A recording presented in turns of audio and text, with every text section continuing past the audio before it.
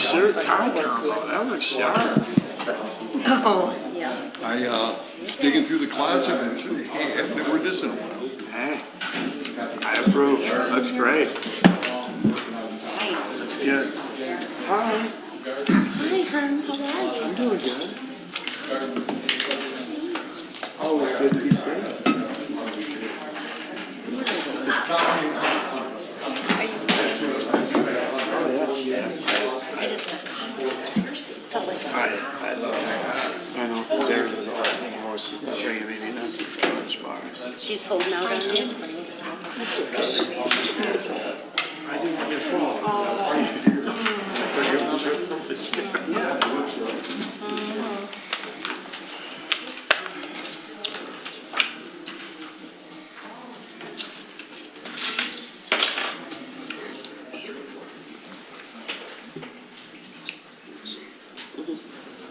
Good evening, gentlemen. Good evening. How are you? What do you want to do? Hot? Could be worse. Yeah. Well, you should have late jump. That's where I just got from. I bet. I'm going to practice my hook. I'll be here. I don't think you'll have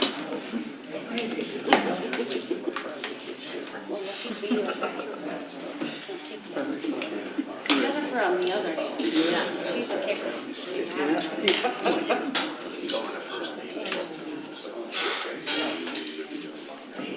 Gotta add some humor. And he took my word for it.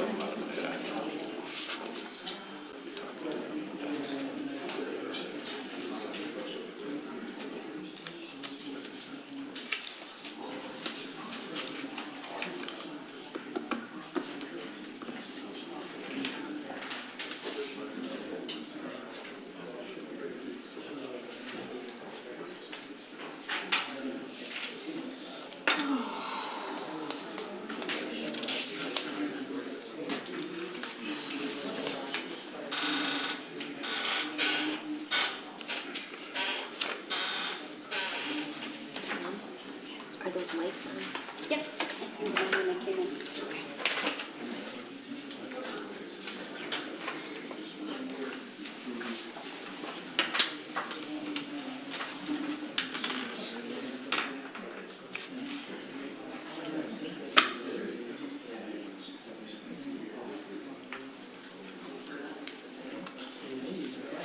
What was your phone? 42.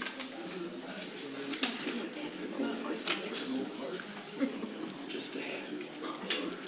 Yeah.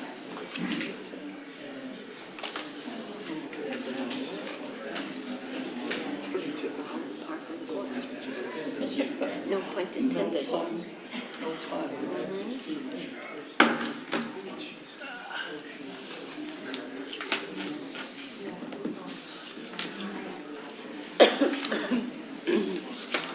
Here, do you need one of these? I got one. My goodness. Oh my gosh. And I can take those every day and I still got a hairball. That smoke that's coming from wherever. Trying to smoke us out. He said that air quality hasn't been good. So he said anybody with allergies or stuff like that.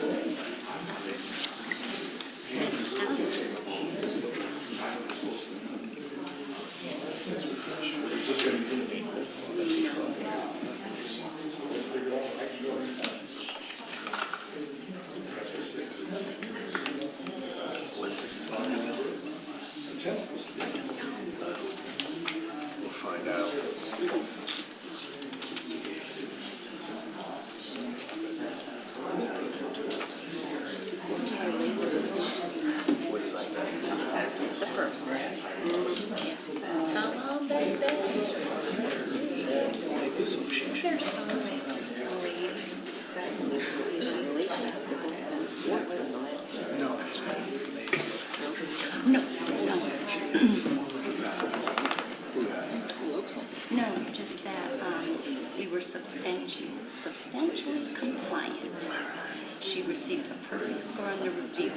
Okay.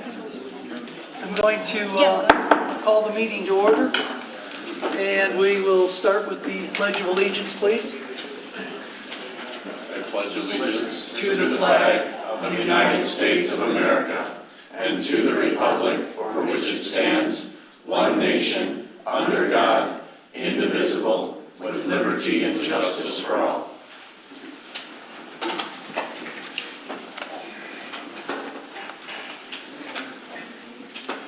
All right, we'll have roll call, please. Greg Carnes. Here. Jennifer Eden. Here. Sarah Dolman Jersey. Here. Herman Ferguson. Here. Dean Hawes. Here. Chris Rapetta. Here. Pam Mothler. Here. All righty, full board. Approval of the agenda. Craig, I had asked for an item to be added to the agenda, but it wasn't. I emailed everybody on the board to talk about the disorderly conduct and civil infractions topic. Can that be added now, please? We really don't discuss pending litigation. I'm not talking at about the pending table. litigation, I'm talking about our policies surrounding how we make decisions and things of that nature. On the ordinance itself. Yeah, and how the ordinance gets executed, how infractions are initiated, to the decision-making behind them.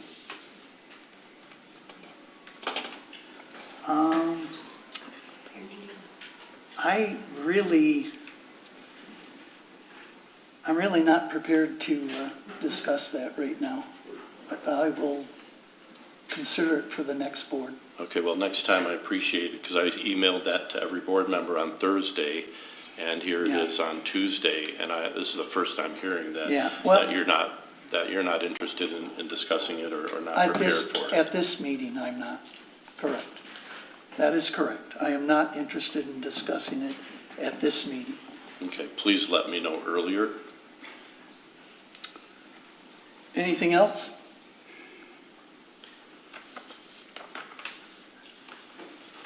All right, then I am looking for a motion to approve the agenda as presented.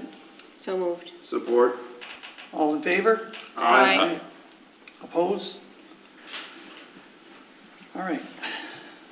And I will make a note to put that on. Or maybe we'll talk about that. Thank you. Will that be on the next meeting, Greg? We'll talk about that. Approval of the consent agenda. The township board minutes, the clerks and warrants and bills, and the treasurer's report. I move to approve the consent agenda as presented. I second. I have a couple questions.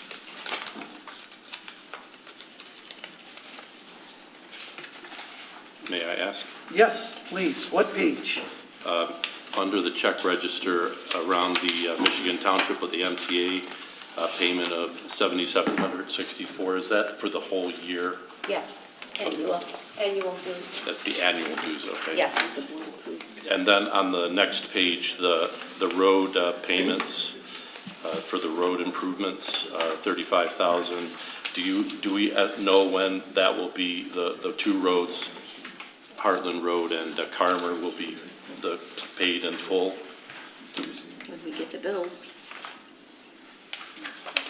No projection on that? No, Okay, not until the county submits the bills to us. thanks. Is that it, Chris? Yeah? Yes, that's it. All right. Okay, So we have a motion and we have a second. All in favor? Aye. All opposed? Communications. Township assessment role and practices, audit review results, and the financial statements for May 2025. I'd like to make a comment about the audit and our assessor and her assistant. What page? Oh, Page 2. last- Page 2, all right. Yep, yep.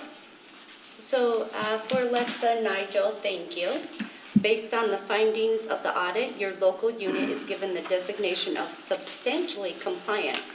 We wish to congratulate your local unit on receiving a perfect score in the review, and thank you for your cooperation throughout this process. Our assessor, Alexa Nicholson, and her assistant, Nigel England, congratulations and thank you. Well done. We are fortunate to have you two. Greg, there's a small issue with it. The assessment audit review sheet, supervisor, center manager, mayor name, Mike Cunningham. Yep, and the address is wrong also. Yeah. They've been Yes. notified. Have they? Yep. Okay. Yes. You get that correct? Yes.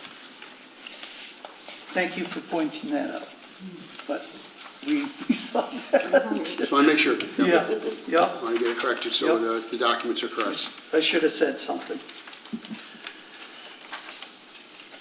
I'll make a All right. motion to receive and place on file the communications as presented. Support. I apologize. I had a question on the general fund, the second section of that, before we go. Yep. I noticed, and maybe Jennifer, you know, the statement about the general fund in the first section, what showed about $8 million, a little over $8 million.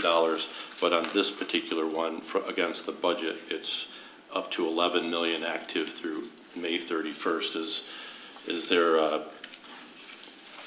Is that just a difference of timing, do you think, or I believe so, yes. From March until This is current. the end of May. through the end of May? Yep. Okay. Yeah. And the audit was through March, right? In March. Which one are you talking my treasurer's report? Yeah, the That is treasurer's through report. June, and the financial statement is through May 31st. Okay. Thanks. Now we can vote. Okay, so we have a motion and a second. All in favor? Aye. Opposed? All right, we'll move right into public remarks. Agenda items only. Come on, Brad. Thank you.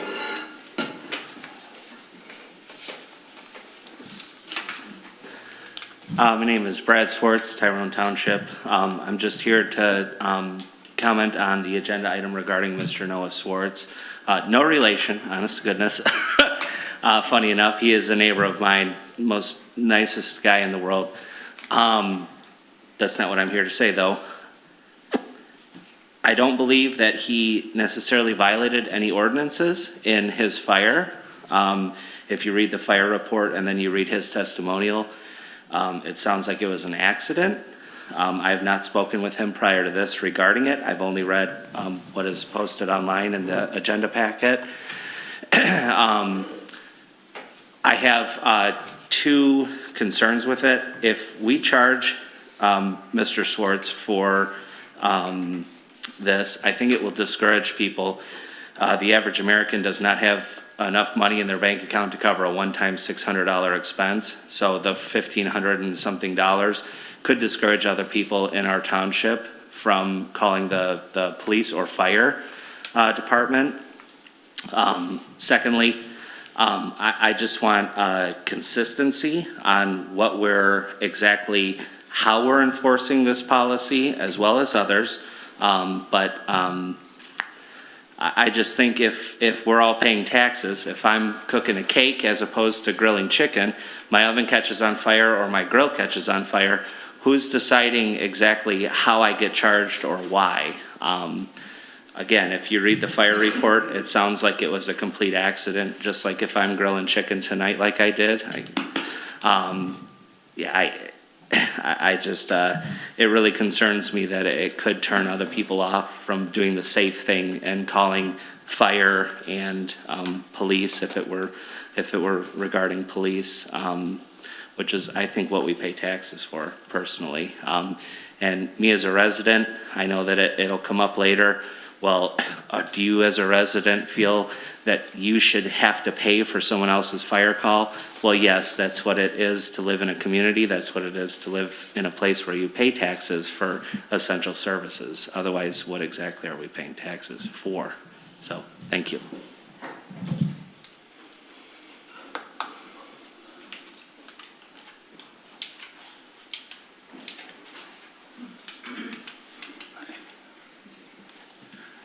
Good evening. My name's Daniel Levesque. I'm a Tyrone Township resident. On the date of 2018,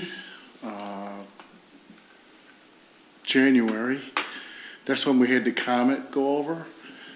I just remember it's a day of infamy for me because I survived an accident off of 23 coming back from Flint.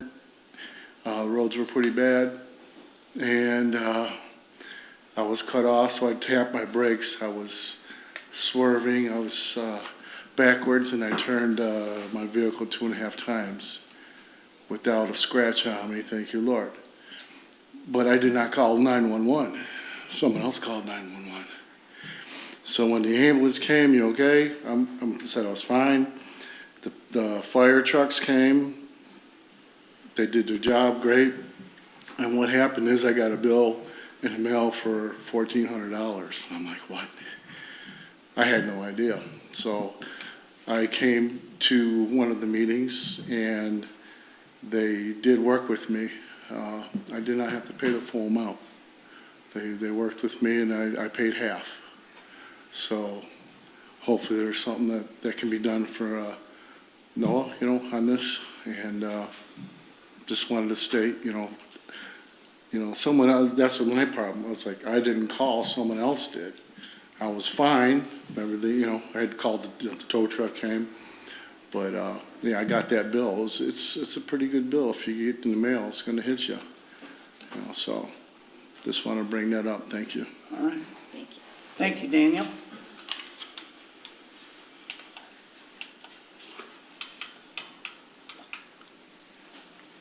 Yes, Scott?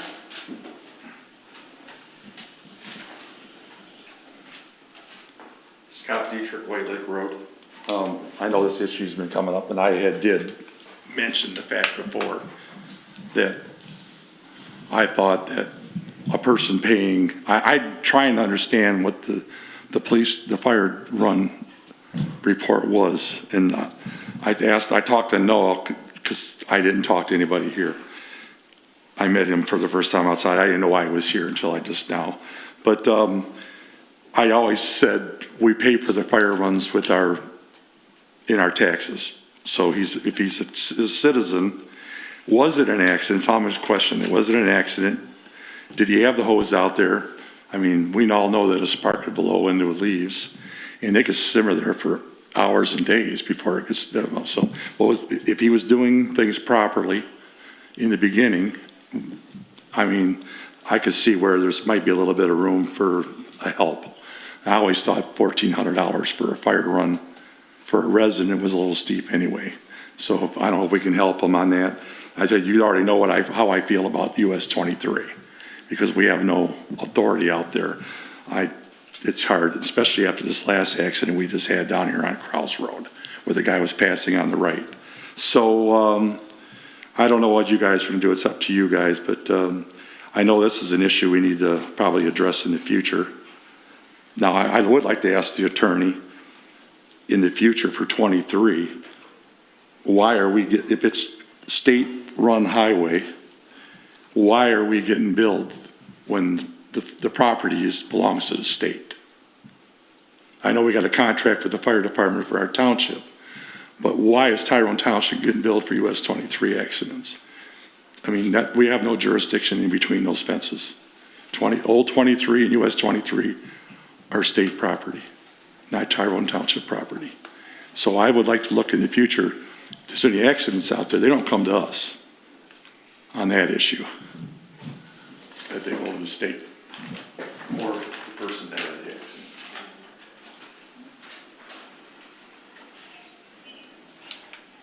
Thank you, Scott. Anybody else? Sure. Jim?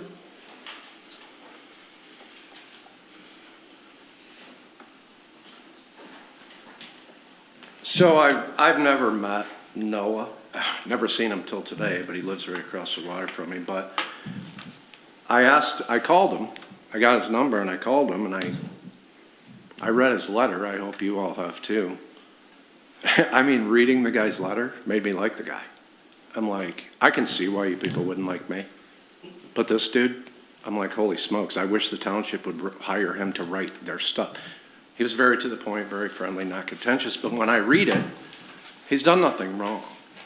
So based on the way some of the decisions have been made here, you know, accusing people of things, I called him and I says, no, they're telling you you violated some ordinance, right? No one's defined what that is. But I said, who came out to your house from the township to look at it? Anyone? Nobody. Nobody even went to look. So how can you accuse someone of being in violation?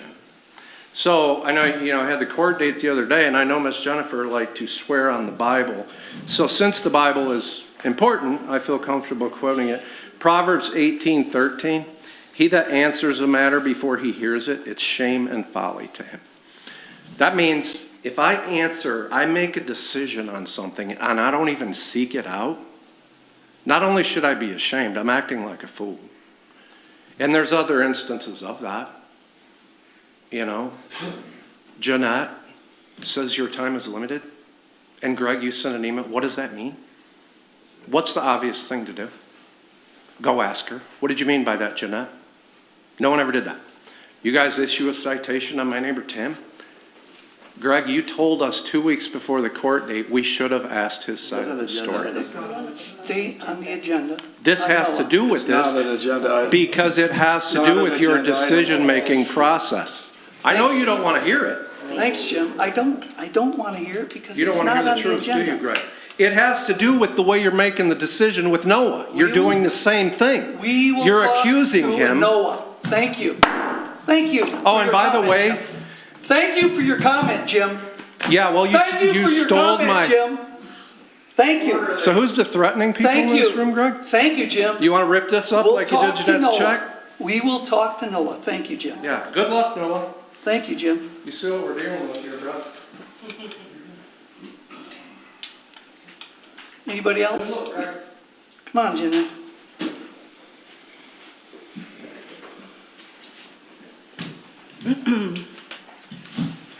Are we going to believe the Heartland Fire Department, Jeanette Ropetta, Tyrone Township resident, who said the fire was quickly brought under control using the his garden hose?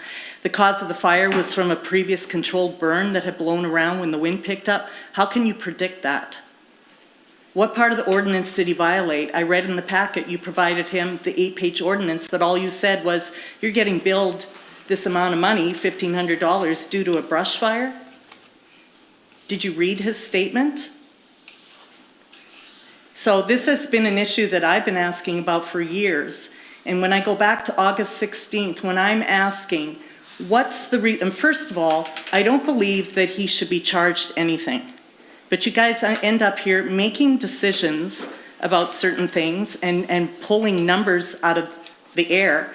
An August 16th board meeting where you talked about this same issue, another appeal, and I asked, what's the reasoning for cutting the fee in half for doing 50% rather than 60, rather than 70, 80? And the clerk explained why they gave the Andersons 50% discount. She said, my reasoning, the whole thing changed when the husband mentioned that he had rented a wood chipper and had been working all day. So that's telling me that he spent his day working and invested money in this. It wasn't some big, huge, crazy fire with a lot of scrap wood from his trees.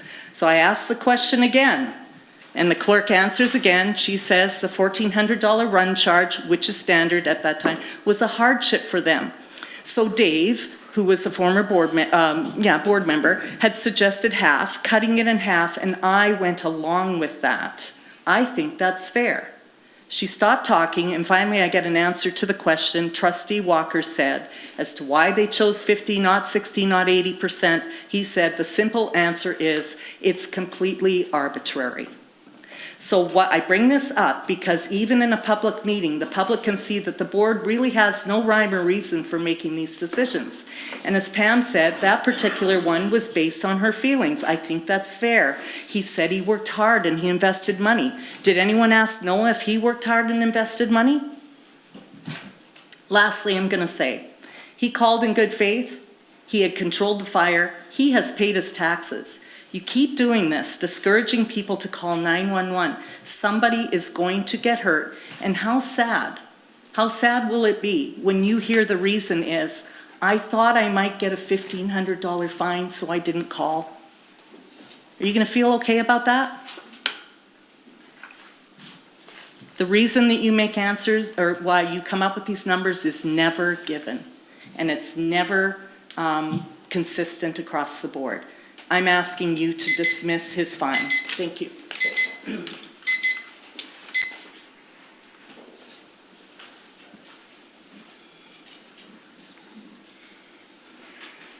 Sure, Becky.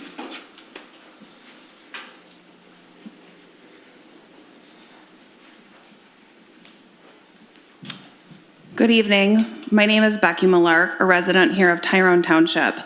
I'm also a former firefighter paramedic of 15 years of saving lives and homes. I'm here because I'm deeply concerned about this decision to charge a resident $1,500 for calling 911 to put out a fire. We pay our taxes for a reason. Public safety should never come with a surprise price tag. As someone who's been on the other side of that call, let me tell you, we never wanted people to hesitate to call 911. We didn't want them wondering if they could afford help. I also don't even know this man. I don't even know him. Charging residents for emergency response sends the wrong messages. It makes people think twice before they call for help, and that can delay the cost on saving lives. This wasn't a prank.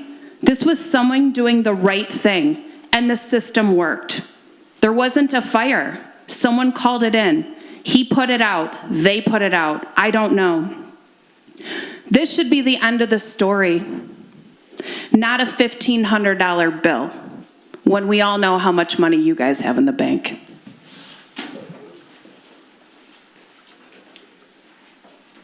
Thank you, Becky. Sure thing, Tim.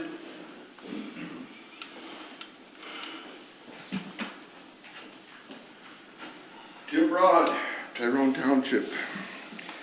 I am different than the other folks. I know Noah very well. Noah's been a great neighbor. He has helped many neighbors on his side of the water, of his time and of his back-breaking work. There was a mistake made, wind blew, something happened, but the man was out there with his hose, with buckets, with his son. He did everything he could, and you know, you can't predict the weather. So I really think that, along with the others, like they've said, you really need to think about how you're treating your residents. Thank you. Thank you.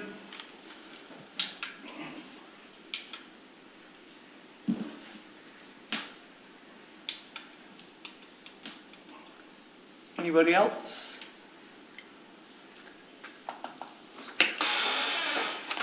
All right, I will close the public remarks and move on to unfinished business. Greg, the truck route should be an unfinished business because that was just recently on a board meeting discussion. It's actually in new business. No, it's in new business, but it's not new. We discussed the truck route 2 meetings ago, but just as a point of order for where it's located. It's not that we're not going to talk about it, I'm just saying things that we've had before should be an unfinished business. Is there anything else? All right, we will move on to new business. Request Noah Swartz appeal his fire service charge. Hello, Noah. Hello. Sorry, I seem to have hit a nerve, but I appreciate the support. I'm very thankful for you guys seeing me.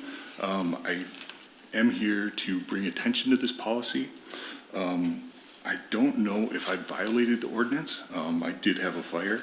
I was not having an active fire that day. I had one on Sunday, and this fire was about 1 o'clock on Monday. So as far as I was concerned, the fire had been out for like over 12 hours. It was a complete accident, responded quickly. I thought I was doing the responsible thing by calling and getting ahead of the problem, which I thought would be the right thing to do in this case. When you sent me a fine that feels punitive in this case, I was trying to do the best I could. I tried to do the right thing, and this really deters from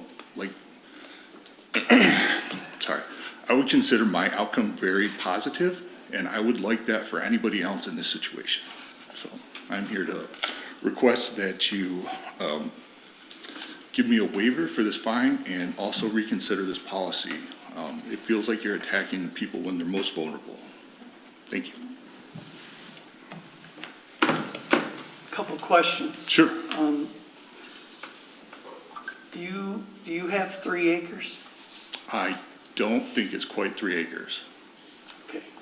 Do you realize Is that the only violation? the ordinance I just don't have enough land. requires in your R1, Okay, you have to have 3 acres?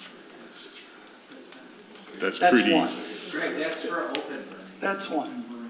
That's open burning. Oh, I could I say, know what it's for. Okay, there you go. I'm just asking him, because he had a fire previous. correct. I could add, What- I do have a fire ring, and I do keep the area clear around that. Is that where you were burning? Yes, In the that's where I fire had the ring? fire. So you were burning in a fire ring? Yes, on Sunday, Okay. How big is the fire ring? about 3 feet. I Okay. think it's 36 around, All right. and it's one of the steel, it's Yeah. about, the regular. Do you recall what the wind speed was that day? On Sunday, we didn't have any wind. The problem was it picked up on Monday unexpectedly. When this fire took off? Correct. The wind was, Yes.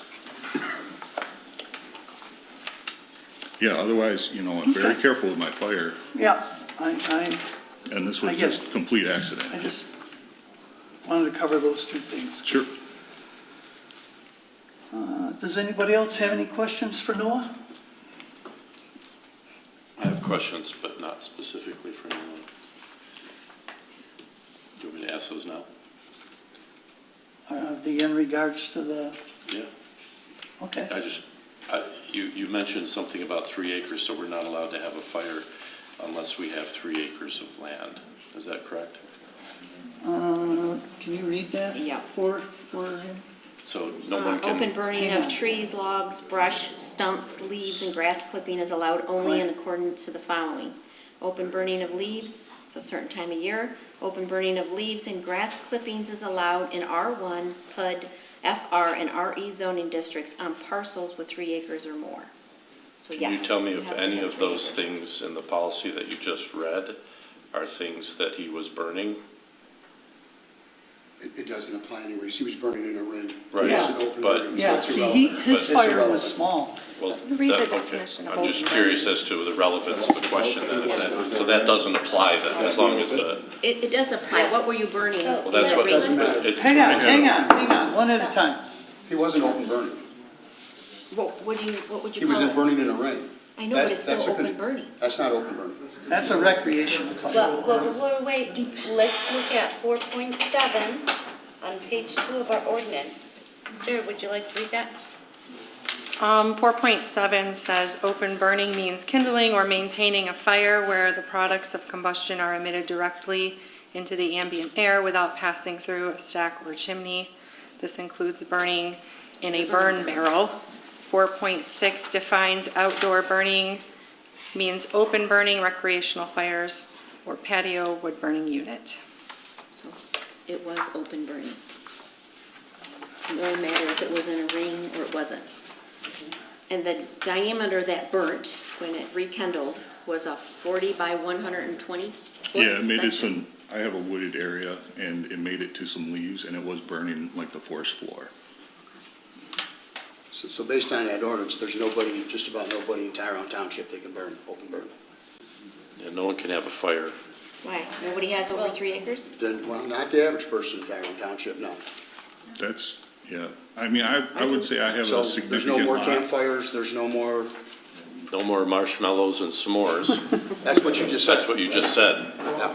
you can't start a fire even if you have a ring, and if you're under 3 acres, then there's no fire allowed. I think, Greg, Were you're you- probably guilty of violation of that. Oh, I'm definitely guilty.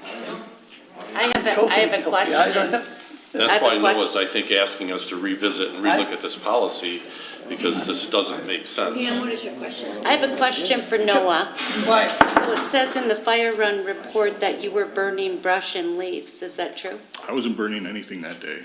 The The previous day, previous day I had a fire. was There it was brush nothing and left. leaves? There was just ash in my fire ring. And that's But I'm all. asking what you you were burning. what you were burning. Were you burning Don't wood or? recall, but I'm sure I brush and burned some leaf? leaves and some logs. Okay. That's normally, what I have burning in my fire. Thank you. Sure.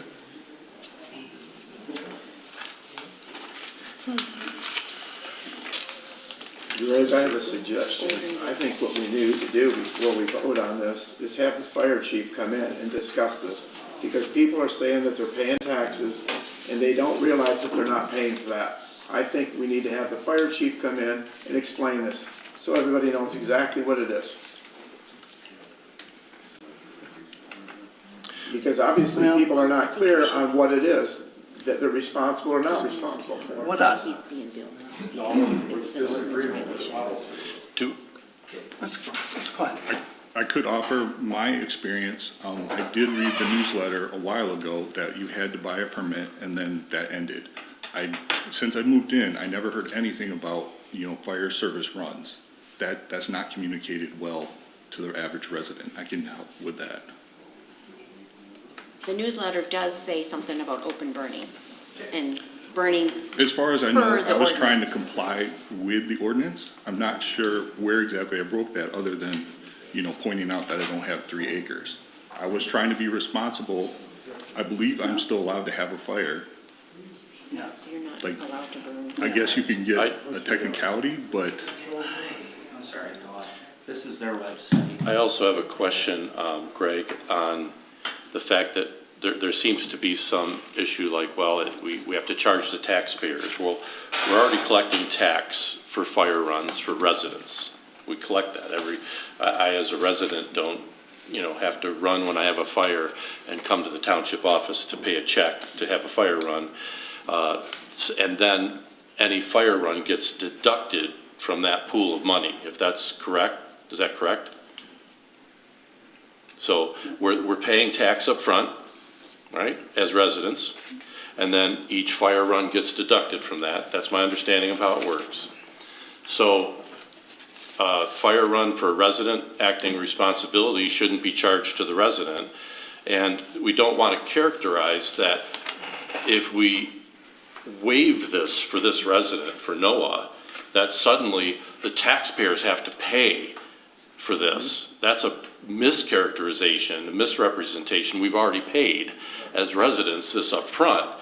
Now, what I would suggest is that we don't have to pay anything extra, and if we do, this is a problem I have with this whole policy anyway, which you guys are very well aware of, is that at the end of the year, if there's extra that we maybe had less fire runs than what we collected taxes for, has anyone ever gotten a check back to say, here's a refund of the fire taxes you paid last year, because we had $20,000 left over that we didn't spend?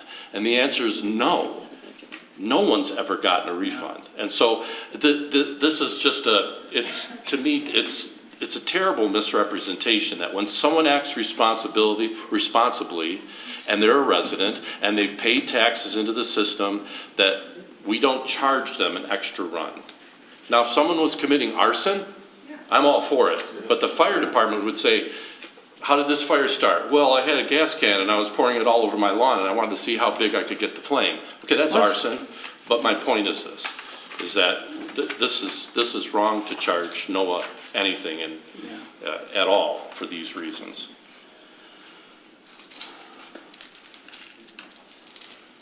this is also not like a fine either. $1,500 represents a significant amount to any taxpayer.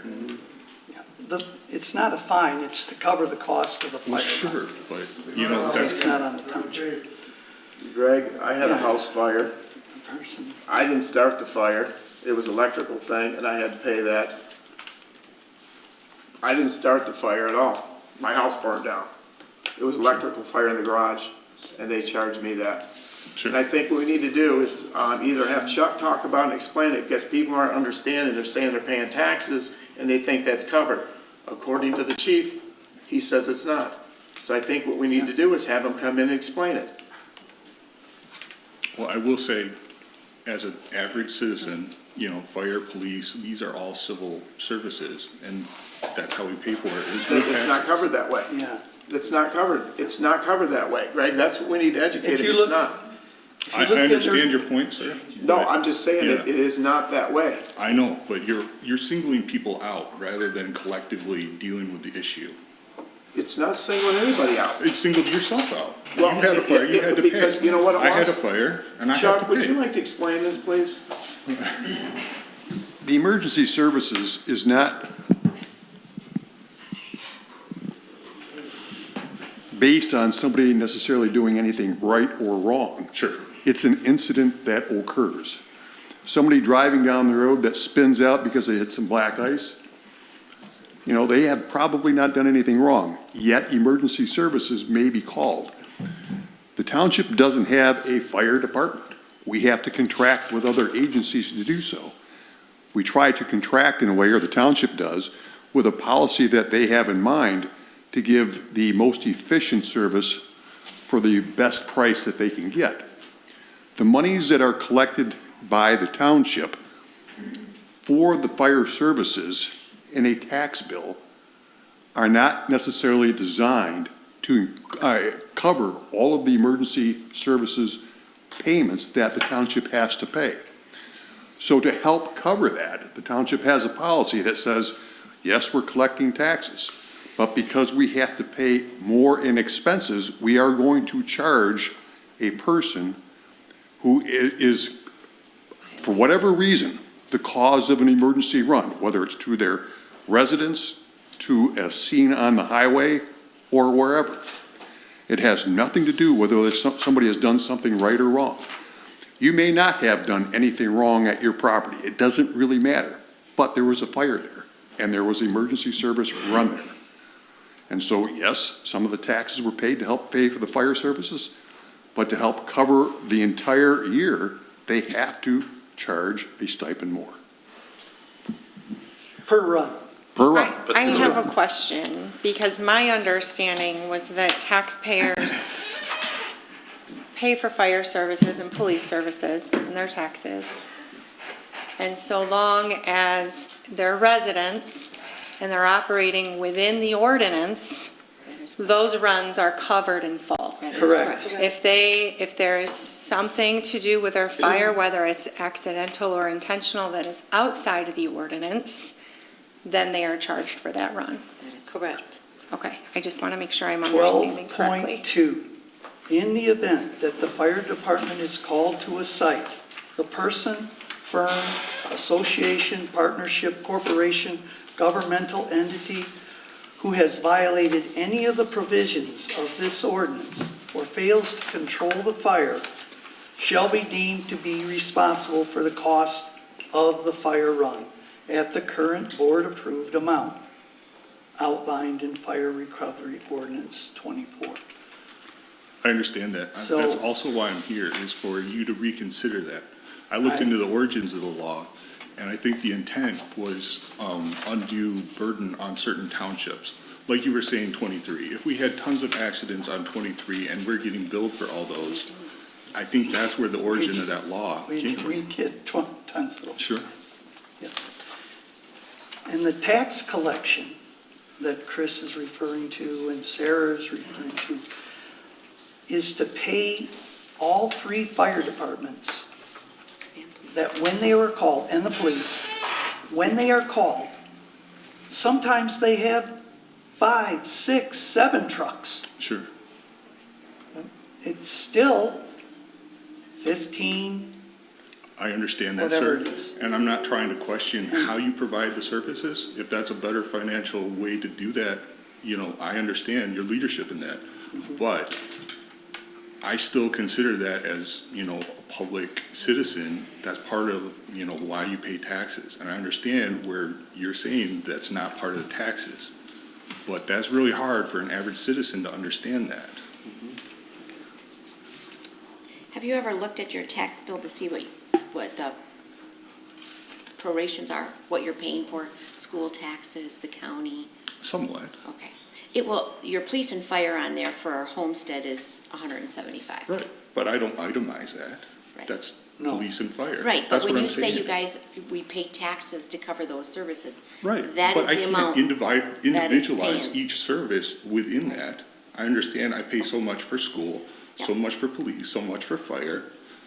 Why I am I ask that getting a because some people specific don't understand bill? that. Well, I understand that I'm getting a specific bill when I'm trying to be responsible and, you know, responding in the way that I was brought up that I should. You have a fire, you call the police, or the fire department. Right.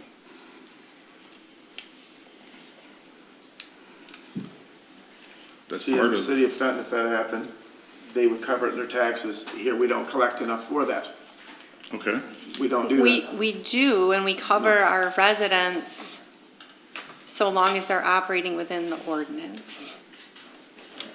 Right? I don't want people to misunderstand and think that if they call the fire department, they're gonna get a bill. That's not well, correct. that's exactly what you're saying to me. No, I'm not. I'm saying as long as you're operating within the ordinance. And Were I'm you not saying I broke directing the this at you. ordinance? Yes. Well, What according to exactly the did way I it's, do wrong? Like, according to the way that it's written, right.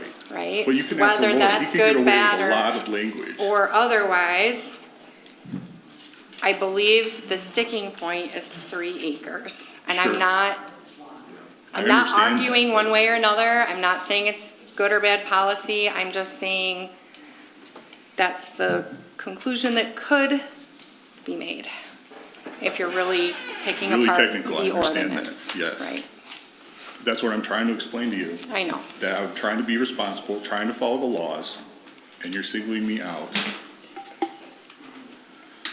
I guess, Okay. I guess I would like to ask the board, and I don't know if this is the right time or place, but maybe we need to reconsider policy and whether or not,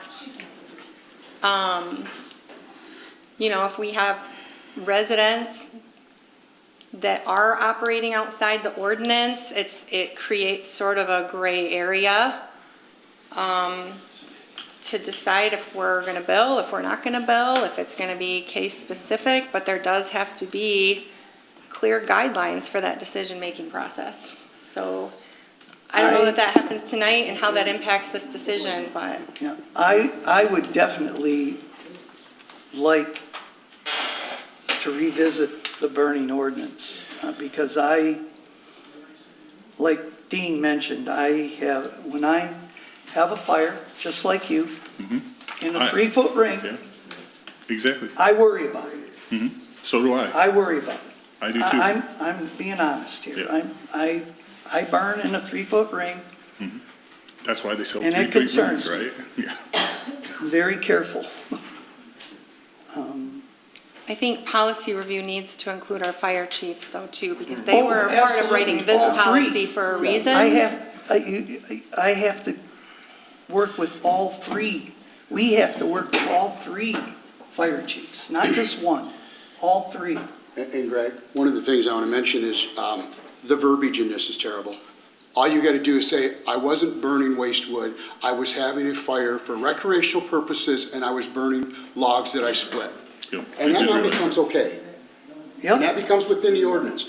If he was, Because he didn't distinguish. the only way it becomes open is if he's burning for the purpose of disposing of leaves, Yeah. wood. If you're doing it for recreation, which is, I have a little fire pit in my backyard, and I split some wood up, and I'm burning wood for the purpose of a recreation fire, then it's within the ordinance. Here's the problem Noah had. Failed to control a fire. I get it, it was an accident, it reignited a 12 day hours. later. Yeah, a day later. Yeah, that's reasonable. It's That's a reasonable assumption that the fire's fire was out. After 12 days. Even according to the fire department. Accidents happen. Even according to the fire department that said, yes, a fire that is out can rekindle itself. Yeah. And by the way, I'm sorry, go ahead, Noah. Oh, sorry. The fire department did come out. They did extinguish the blaze. They did tell me that winds can pick up the flames again.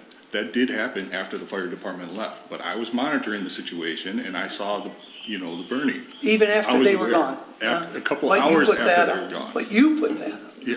Yeah.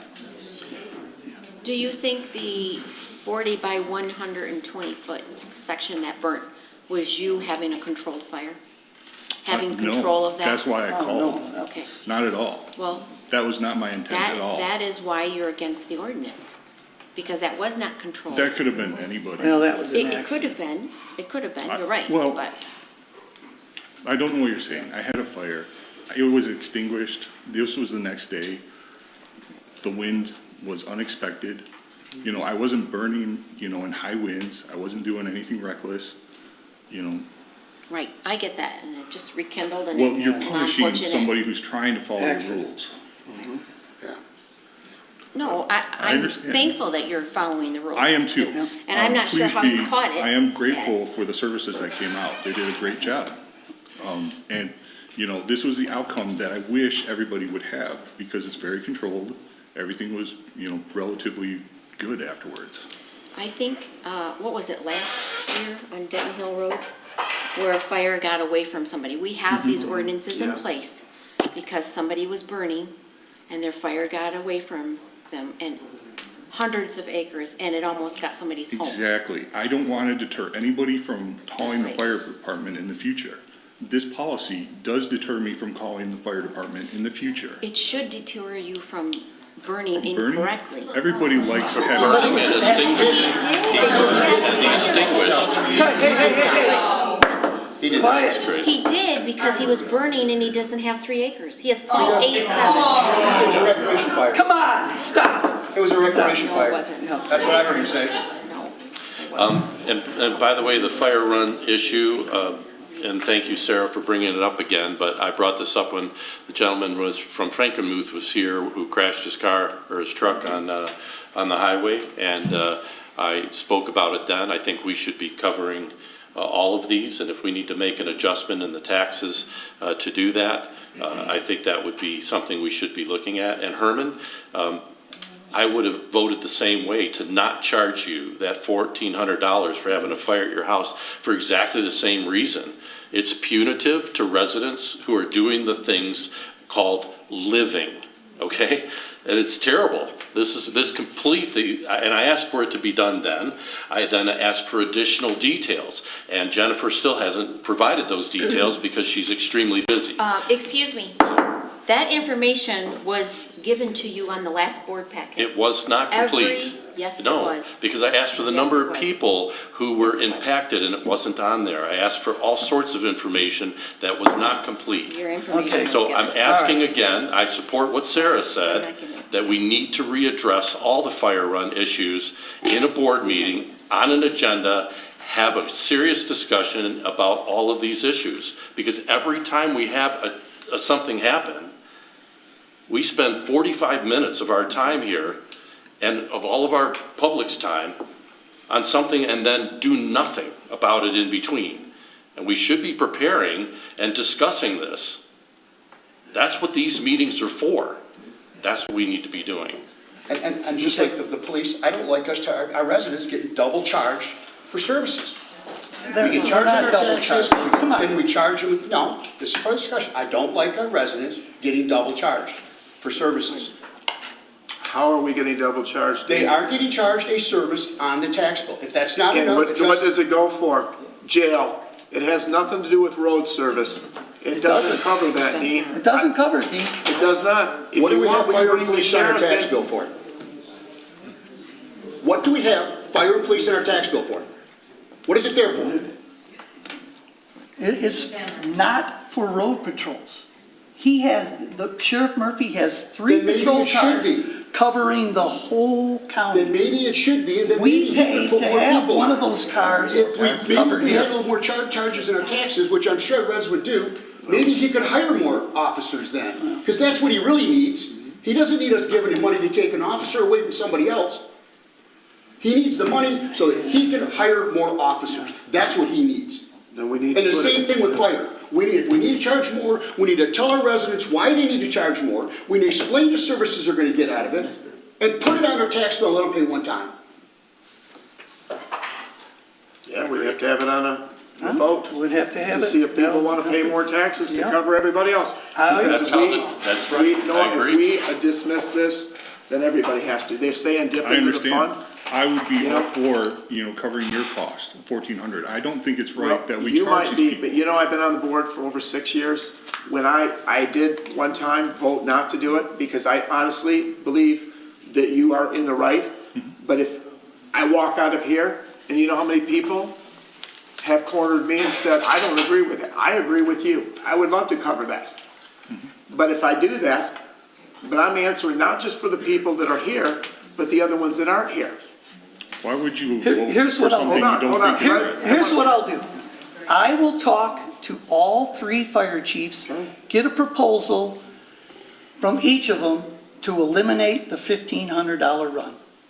And I will bring that back on how much that will cost. All right? Is that what you want? Absolutely. Absolutely, that's exactly what we need. I'll But I do don't that. think that's complete, Greg. I think that we need to do a more thorough policy review. We Let's have start to, there. we Let's have to start look the at, conversation. I mean, I'm uncomfortable making a decision on that alone without the big picture and doing a full policy review. well, we do need to look at the ordinance itself, Is yes. there a limitation on Noah's situation, or does a decision have to be made tonight? Because I will say, Mr. Swartz, Brad mentioned consistency, and I do think that that's very important. And the ordinance we have is the ordinance we have. I entirely understand your situation, but I also think the way you have consistency is adhering to your ordinances and upholding them. If our ordinance needs review, then it needs review. So what is the timeline on this specific situation? Whatever we get it, Sure. so whatever we decide. I make a motion that we waive this fee for Noah right now, because this is a responsible thing to do. I think he's exercised responsibility in everything that he did. He didn't go out there and start a fire in his field. It was the result of a fire from a previous day, which was completely reasonably extinguished.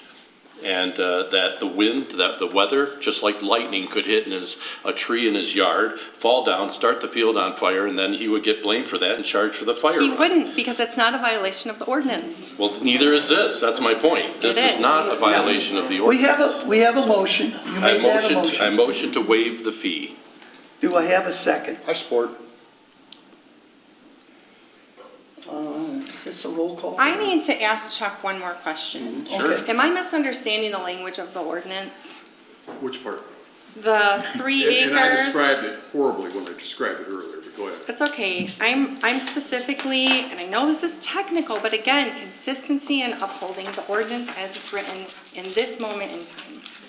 And if it's in open burning, I want to understand the definition of open burning, because I read those definitions. It doesn't say anything technically about a fire pit. Is burning in a fire pit considered open burning? It is, because unless it has the chimney that they're talking about in the ordinance. in the ordinance. That's the distinction. Okay. Or if it's a recreational fire, which it states earlier in it. But that's a different issue, whether it's recreational versus open burn. That's the Two difference different between, issues, two different issues. it's a difference between synonyms. It's just one where they're saying disposing of wood versus I'm having a fire and I'm burning wood. But my point is that an open burn is when you don't have the chimney filter. That's All one fires thing. are open. Recreational is a different issue. Recreational is, I have a fire ring in my backyard, and me and my kids go out there, and we put some wood in there that we cut and split, and we start it on fire, and we cook s'mores. It's still an open burn, but it's recreational. It's a recreational. So it's two different issues. To me, that's a real sad situation. That's a sad I semantics. have no right idea there. how long the ordinance is. Yeah. We have a motion. We have a motion And support. and a support.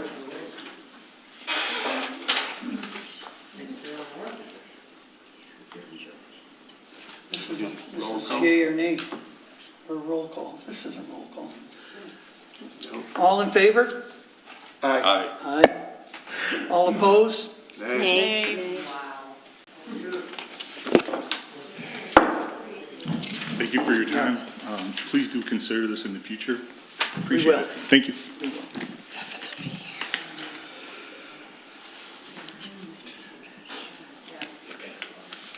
Truck route. So can we make another motion to have him only pay half then, if you're gonna hold him to this, consistent with Already other, voted. pardon me? Already voted. Yeah, We voted to turn it, not to. We voted to waive. To waive it, We didn't vote to, this is a new motion for half half. of the fee. Do I have a second? I'll second that.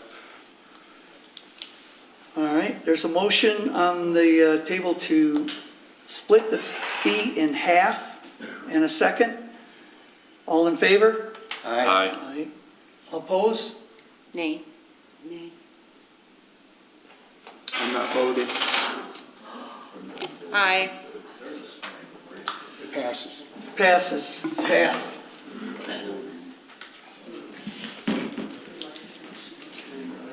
Your fee is half. And I'll be taking the collections and I'll pay the other half, so let me know. Hey, Come on, do that. take it after the meeting, you can do that. Yeah. Okay, business item number 2. Truck route ordinance discussion. I'd like to start with east of 23. Currently, I think you all see the map on the current truck routes east of 23. We've talked about eliminating them, we've talked about reducing them.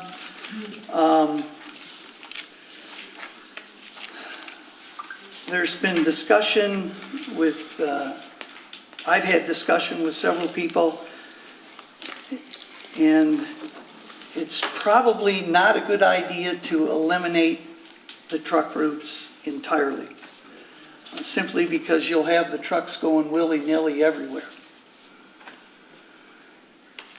So what I'm recommending is that we have Could you define willy-nilly? I'm not sure what that means. They'll drive anywhere they want. They'll drive anywhere they If you want. don't have distinguished truck routes. We don't have, in we don't township, have an then they can established go anywhere they truck route, so they can go anywhere. Well, that's the point of this discussion, is to Exactly. make those decisions, but I'm Exactly. just not sure. You want drive them anywhere? I'm not sure that's If they're in such violation a. of our truck routes by not driving on our truck routes or using our roads as a bypass Yeah. illegally, then that's an enforcement issue. That's not a define a truck route If or we, not issue. if we eliminate all the current truck routes, Well, yeah, if we- then they will drive anywhere. So, What's the point of having I them? have a question for Chuck. Who sets the truck routes? Is it the county? It's the county. They take the input from the townships and local municipalities. But at the end of the day, it's gonna be their call. and the county has told me we do not have, they have told me that we don't necessarily have to have a truck route east of Yeah. 23. From what I understand, they don't care. They don't. They don't care east of 23. They say, hey, you can let the trucks drive anywhere. What is the need for truck routes east of 23? Just out of curiosity. I mean, I know what they used to be, like the Denton Hill one, that was obviously for the original gravel pit. I think that's one of the things I'd like to talk about is, the need, necessity. Right. Why would there be trucks there to start with? So Denton Hill from basically, it says, I think, north to south, township lines, is a truck route right now. Correct. I understand why that was, and even part of Foley Road, I'm guessing that was probably truck route. For the Peabody. old Peabodies. Correct. So again, are those necessary? I mean, do we really, those are ones I'd like to see go away. White Lake Road, I'm not sure from 23 to Denton Hill. what would be the purpose of that for a truck route? What do we have? Where would we need it? Why would we need it? Because my understanding in some aspects, for purpose of construction or something like that, trucks are allowed to transport on secondary roads for the purpose of delivering material, et cetera. Right. So really, we're just talking about is transporting from point A to point B, large amounts, correct? Volume of trucks. Yes, right, not Volumes daily of trucks. deliveries or material deliveries. or- Right. We don't want to stop anybody's Amazon truck from getting there, heaven Right. forbid that happens. And if a county gravel truck is bringing gravel to our dirt roads, which is always appreciated, that wouldn't be stopped either. No. We're talking about not having a truck route to repeat Hogan Road is the clearest example, where we have haul trucks with just amazing number of them every Yeah, day. right. That's what the point of removing the truck routes is to prevent that. And if there's a gravel pit that has to go in and makes a request, then we revisit it if there's a business requirement for it in the future. Yeah. But today, to have these here just invites truckers to use these corridors all the time. Could be 100 a day if we don't specify, and I'm concerned about that. So I guess my question, Greg, and again, we've identified some of the reasons. White Lake Road between 23 and Dent Hill, can you remember any reason, we've been, or both been a long time, why that was a truck route? That was because of the It was, gravel pit on because Denton Hill. on Dent Hill, that was that. So that, Okay. and that was, That's what I was that wondering. was them getting to 23, the 23 quickest, southbound. simplest way. Southbound, Yes, okay. southbound. And then they would use the truck route, remember the old truck road? Yeah. Yeah. So realistically, east of 23, we could, that's pretty easy, that's pretty a no-brainer, I would say. We could eliminate them. Yeah, now, I understand the Bennett Lake Road and that, I know that's from Bentley Sand and Gravel. Correct. We have to give them an access point in and out of their gravel pit. Correct. So I understand why that's there. Do they need a north and south and an east and west route? Bennett? Mm-hmm. No, they Bentley. use 23 for north and south. And what if they need to go east? On Bennett Lake Road, On White Lake. They go White Lake Road to 23. yeah, they go Bennett and then. That's west of 23. Yeah. I know that it's west, but if they're located here and they need to go this way, east, Well, then they would just continue on White Lake Road.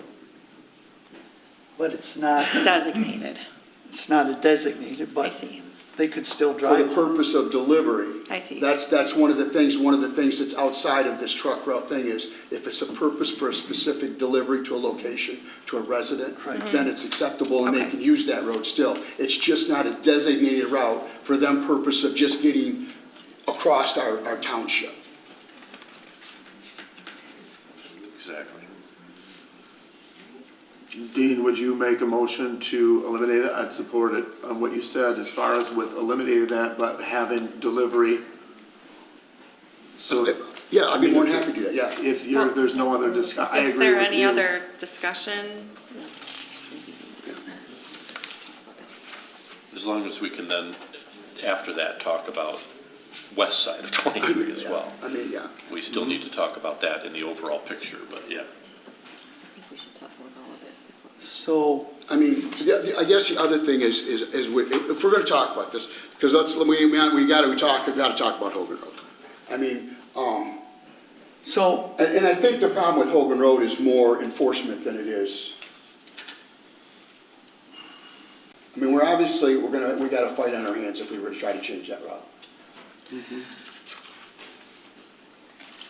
Am I correct? back to east of 23. Okay. Is everyone in agreement of eliminating the truck routes east of 23?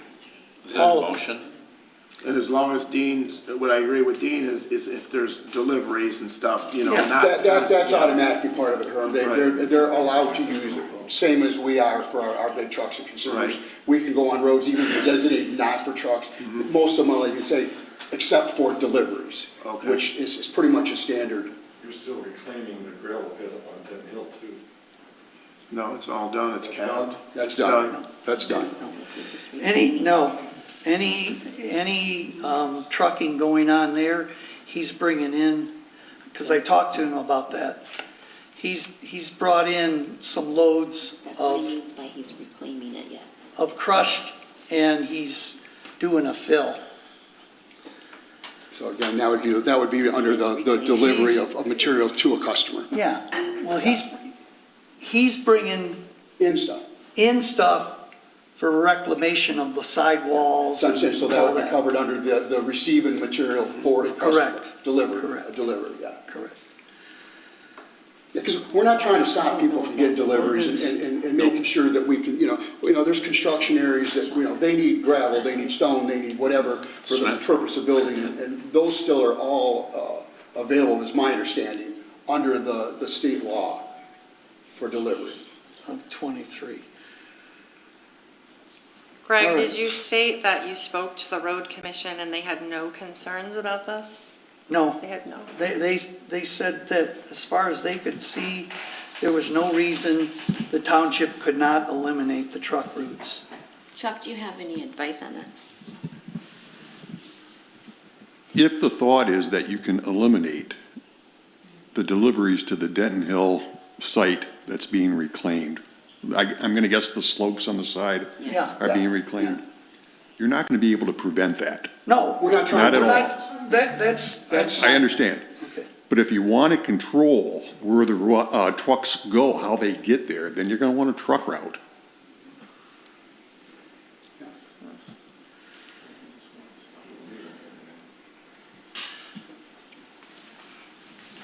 When's he supposed to have it all reclaimed? I thought it was already done. He's Can you close. ask him and see how long it'll be? He can still get his deliveries. Yeah. Yeah. It's not gonna stop. Again, he's now just a customer. He's not in business of transporting materials out.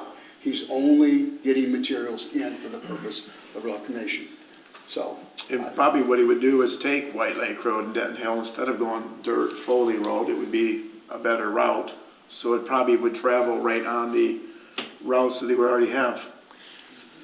My understanding from talking to the road commission is if we eliminate truck routes, then the trucks can go anywhere they want to. Meaning, if someone has deliveries, they can go down side roads and subdivisions, off White Lake Road, off Carmer, or off the roads we just finished, because we don't have a designated truck route. Well, no, they would still be, if there's somebody wants to build a house on Heartland Road that just got paved, a truck with whatever aggregate have or the other right to things would anyways. still let you in on that. Yes, but the county said if you don't have designated truck routes, then they can go wherever they'd like to. If they have to go For deliveries, get on, For the purpose of delivery, they can No. anyways. no, not just for the purpose of delivery.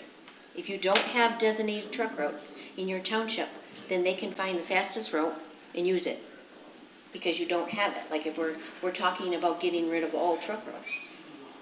If you do that, if they want to get through our township, they can go anywhere they want to, because we don't have any designated truck routes. They could take a tour of the township. Yes, exactly. And that is the point of truck routes. It is. That's why they Maintenance and designated safety. them all those years back. They made simple roads or whatever, good decision or bad, they made a decision of which roads, and then they built those roads up to sustain that traffic.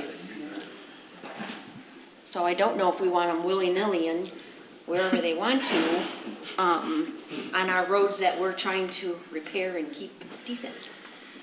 Dean, you and I both drive big trucks. If we were to do that, we'd stay on the main roads. We wouldn't go through, I mean, I'm asking you, Dean, you drive big trucks and stuff. If you were to go, I understand the purpose of the truck route, but who's mainly using it is we're using Denton Hill Road to reclaim. What else do we have besides delivery? Let's say, for example, say Shoemakers wanted to go and deliver a gravel train. It seems like they would stay on these roads instead of like going through a subdivision. They want to get it there as fast as possible. For deliveries, yeah. Yes. Okay, here's another scenario to consider though as well, is that they build the gravel pit, extractive industrial, at Holtzworth and Denton Hill. Oh, yeah. And so that's on the Heartland side, right? No problem. They're allowed to do that if Heartland wants to pass all of those things. and now they want to go to Fenton on a regular basis to do a truck haul. If we have a truck haul route that designates them to use that for however many trucks they want to use through that. And my point is that we want to have control over those truck routes for that kind of business, for that regular use of the same material day after day after day, hour after hour. And we should remove the truck route to protect the community. And then if that extractive industrial site wants to use any of our roads to come up Denton Hill to Center to get to 23, I want them to apply to us for consideration, not, oh, well, we just had to have truck routes so they don't drive all over the place. Well, they're not going to have 100 wagon trains of gravel going down willy-nilly through every road as a result of that. Just like the consent judgment, 2002 Hogan Road. Yeah. Well, but let's deal with that when we get to the point. This is what worries me, Greg. And again, I'm following up on, this Heartland thing. They're gonna come up Hickory Ridge Road, and they're gonna come across White Lake Road, because our White Lake Road is now designated a truck route. Do we really want, that, we have a hard enough time, keeping that road in good shape between Tipsico and Denton Hill as it is. It's a fairly good road, and, you start running gravel trains down, and that's the route they're gonna take. It's not a truck route between Tipsico Lake Road and Denton Hill. No, but that's my point. It's not of our area. We don't know. Tipsico is our border. They're gonna come that way.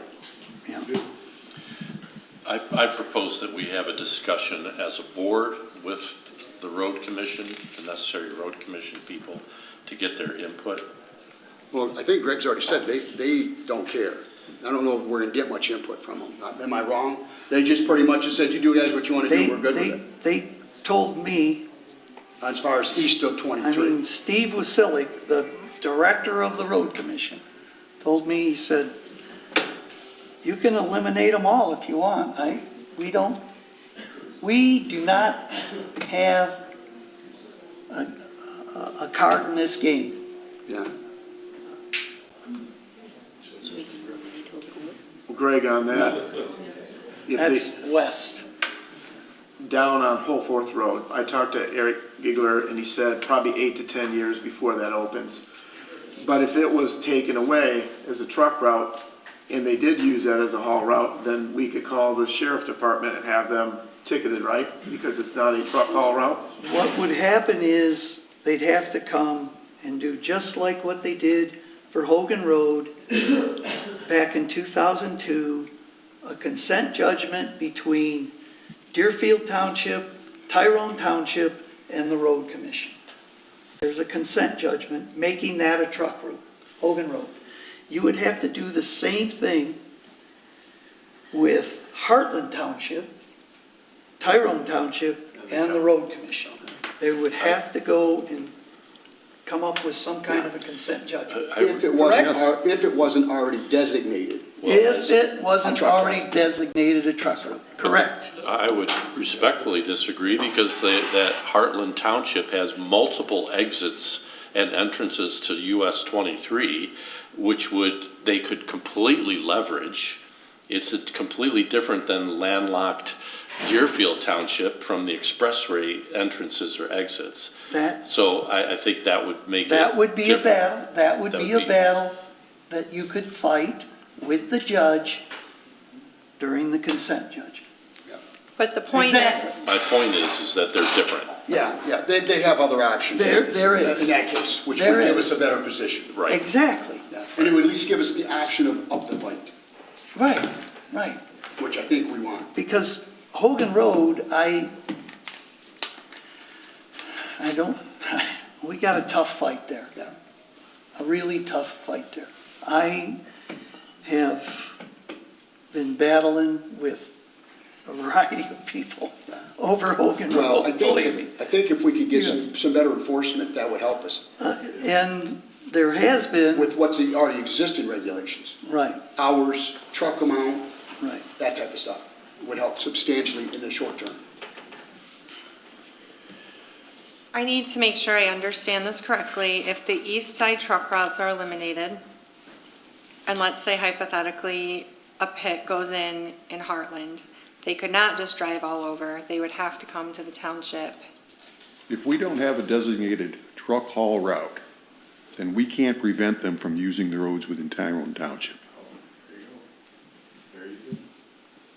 If you have So a there's truck, nothing that says they have to come, there's nothing that says that they have to come to the township, but if they choose to, they can. Unless we have a designated truck route that says that if you're coming from this pit, this is the road that you have to take. And then west to 23 or whatever it may be. But if we eliminate all truck routes east of 23, we lose the right to try to direct truck traffic to, whatever roads the township think is best to use.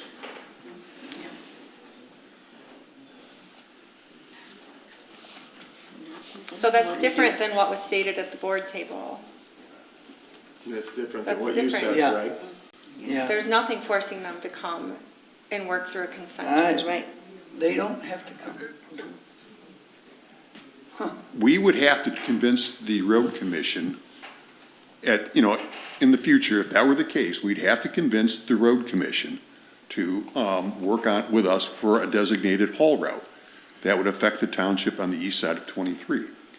If we can't get the town or the road commission to agree, we do have the option to file the lawsuit. That's how the Hogan Road lawsuit started. It's because everybody couldn't agree on a designated haul route. So file litigation, and then they finally work it out. That could be the scenario in the future. It may not be. I'd like to maybe ask that, as a board, we get a second opinion from Gerald Fisher.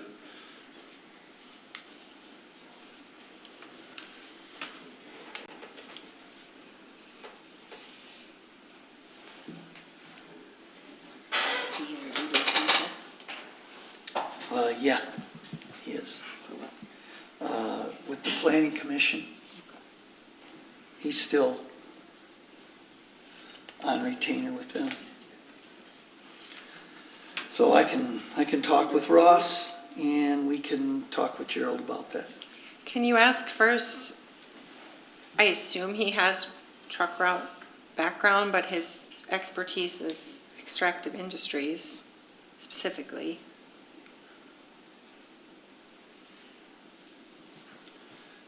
I think he has some experience with the truck route as well. But I will certainly pose that question to him. I think that's a I'd look at some good point. alternatives, if we, Yeah. maybe not eliminate them, but let's look at some alternatives. I don't like them coming north of Foley Road, I don't like the White Lake, I'd like to keep them south of Tyrone Townships, the south end of Tyrone Township and away from the city area, if we could. So even if we were to redesignate Denton to center? center, we've already got some trucks running from the Apple Orchard right there at Center and 23. Maybe that would be, at least keep them. But I'd like some discussion on that. Again, I'm not saying that's, Yes. but it's maybe an alternative to having them come up and through Yeah. our residential area.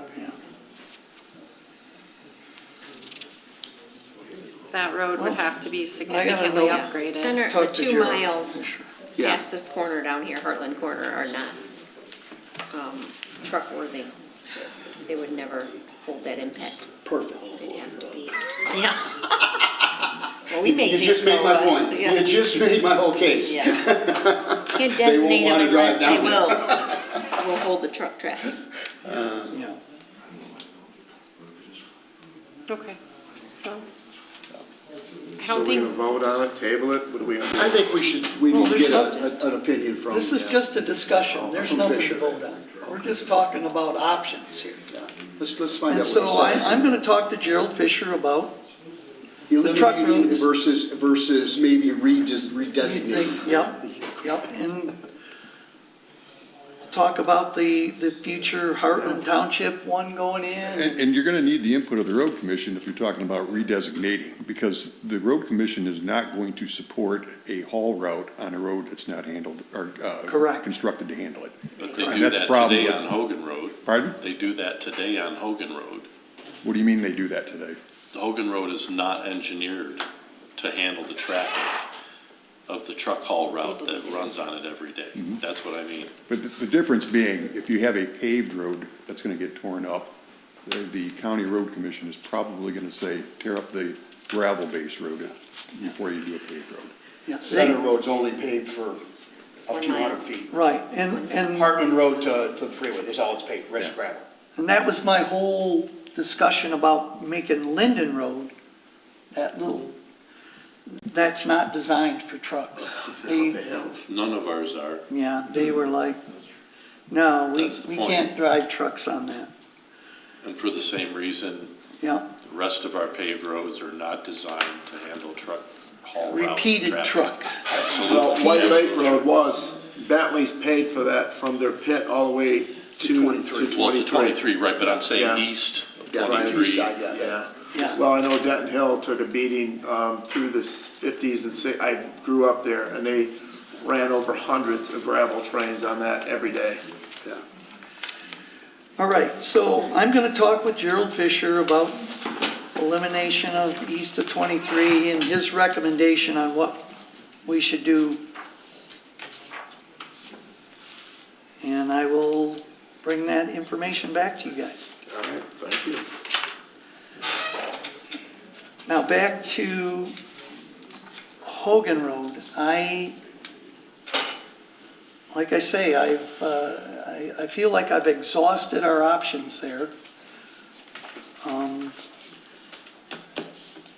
The only other option open would be to go back and force litigation, lawsuit, and reopen, try to get them to reopen the consent judgment that was filed back in 2002.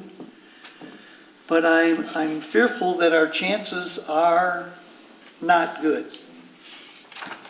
Is that correct, Chuck? That's my opinion. It's been my opinion for several years, and let me tell you why. First of all, we have a consent judgment. One of the ways to get around the consent judgment or to alter it is to get all parties to that agreement to change their minds and agree on some alternative. In order for that to happen in this case, Deerfield Township would have to agree. If there's going to be a change in the Hogan Road truck route designation to something else, that will probably negatively impact Deerfield Township. So it's unlikely that Deerfield Township is going to agree to something like that. Furthermore, the road commission, they have to agree to it too. You've talked to the road commission. They have told you that they're not going to agree to allow these trucks to use the paved roads west of the pits because they'll just tear them up. So then they aren't going to agree to that, and they aren't going to pay to reconstruct these roads in a manner that is sufficient to carry the weights. So you're not going to get the parties to agree to change the consent. You do have the option of going to court saying there's been a change in circumstances since 2002 to the extent that it's no longer equitable to have Hogan Road designated as the truck route. However, the problem with that is that you're going to have the negativity put in by Deerfield Township, and you're going to have the road commission again saying that the roads west of that area, either going north and south or farther west, that are paved are not strong enough to hold the traffic, and it'll be more expensive to maintain those roads than it would be to allow Hogan Road to be continued as the designated route. The change in circumstances, if you wanted to go that route, would be such things as the increase in traffic from what was contemplated back in 2002. And granted, there's probably a lot more traffic there, not only from the mining operation, because there's allegations that there's trucks carrying concrete into the pit for crushing operations, then are sent out for use in beds someplace else. Also, you have the Tyrone Woods there probably more traffic because of that, and generally more traffic. But you're still gonna have to overcome what could be the alternate from Hogan Road. And you have the road commission that's not going to agree to it, and you're gonna have Deerfield Township. It would be a tough battle. And I just don't think the town should be successful in that. Greg, up to this point, you have openly been extremely secret about these happenings and discussions around Hogan Road. If it's time, you're saying you're exhausted all the things that you have, I want you to be fully transparent and prepare a report for us of all the options that you looked at, that we know what things you did, who did you speak with, all these things, so that we have a comprehensive understanding that we can tell the residents on Hogan Road of what we're going to do and why we're going to choose. I'm telling you right now. I'm not talking about telling us. I'd like to get a prepared report, is what I'm asking for. I'm telling you right now, I have talked to all the people that would impact what's going on here. The Deerfield Township supervisor, the pit owner. I'd like to read what they've said. Steve Their Wasilic. recommendations. Their recommendation is they don't want to change. Well, He said, I am not going to drive on Linden Road. How much more report can I give you? Greg, when we do a master plan, we send the plan to the county. They give us feedback in writing about that plan. I will run copies of all my emails for you so you can have a great time looking for them. I mean. All right, thanks for transparency. I'll take Yeah, 'em. well, there's your transparency. I'll take them. What are you going to deliver? I will give you all my emails. Are you going to deliver? I will Because give the you. last promises you made about Yes. legal expenses, you've chosen not to deliver. No, Done, no, it's not done. yeah. I will give you all my Be a emails. man of your word, To then. Wasilic and, Al. Be a man of your word.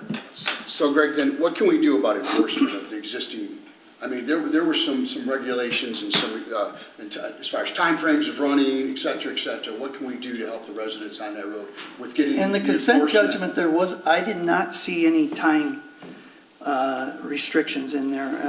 I know that they posted some. There are some posted somewhere, Yeah, I don't know where they sometime. came from, whether it's Yeah. consent judgment or additional agreements, but somewhere there, I'm pretty sure there was a time, morning, evening, et cetera, when they were to run these trucks and.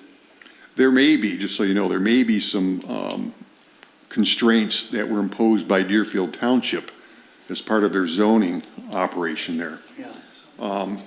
And I talked to the supervisor today, Mr. Carnes, and we were talking, or was it yesterday? I don't remember. We were talking about whether or not Tyrone Township could enforce whatever special land use permit that was issued by Deerfield Township to the pit. And we can't enforce their ordinances. And I'll take a look at the consent again. I don't see hours of operation in there that I recall. But I'll look and double check. And I'm not sure that there's any limits on the number of vehicles. Now, there may be a limit to hours that Deerfield Township imposed as part of zoning or their general ordinance. There may be the number of Could we trucks. adopt a similar ordinance? But we can't enforce what comes out of that mining operation because it's not in our township. We can't enforce that. Then the question becomes, can we limit the traffic on Hogan Road, even the portion within the township? And we can't because it's a designated haul route. But what I'm saying is if they do have a time restraint in Deerfield, could we adopt the same ordinance in Tyrone and enforce it on our end? Because they may or may not be enforcing it on their end. No. They may have it. We can't adopt something that affects operations within Deerfield Township. We can't do that. Even if it mimics what they have existing. Even if it mimics it. We can't say that the mining operation in Deerfield Township is going to be 8 until 6. We can't say that. We can't enforce that. Even if we try to adopt that ordinance that says that, we can't enforce that against the Deerfield Township operation.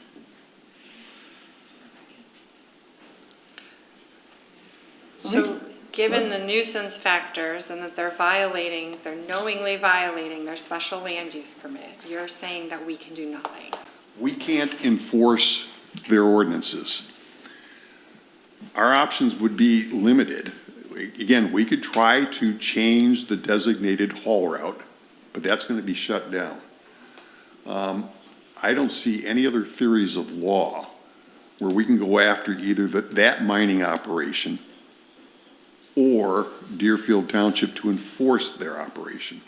What if it's violation of the consent judgment? Because they're abusing it. If it's a violation of the terms of the consent judgment, for example, if the consent judgment says that the hours of operation are going to be X, Y, and Z, we can enforce it, I agree, but I don't recall seeing that and it's been a while since I've looked at it.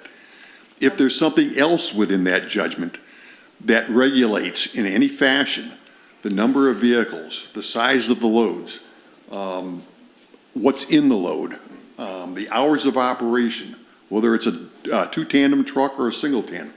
If there's anything like that, we can enforce it.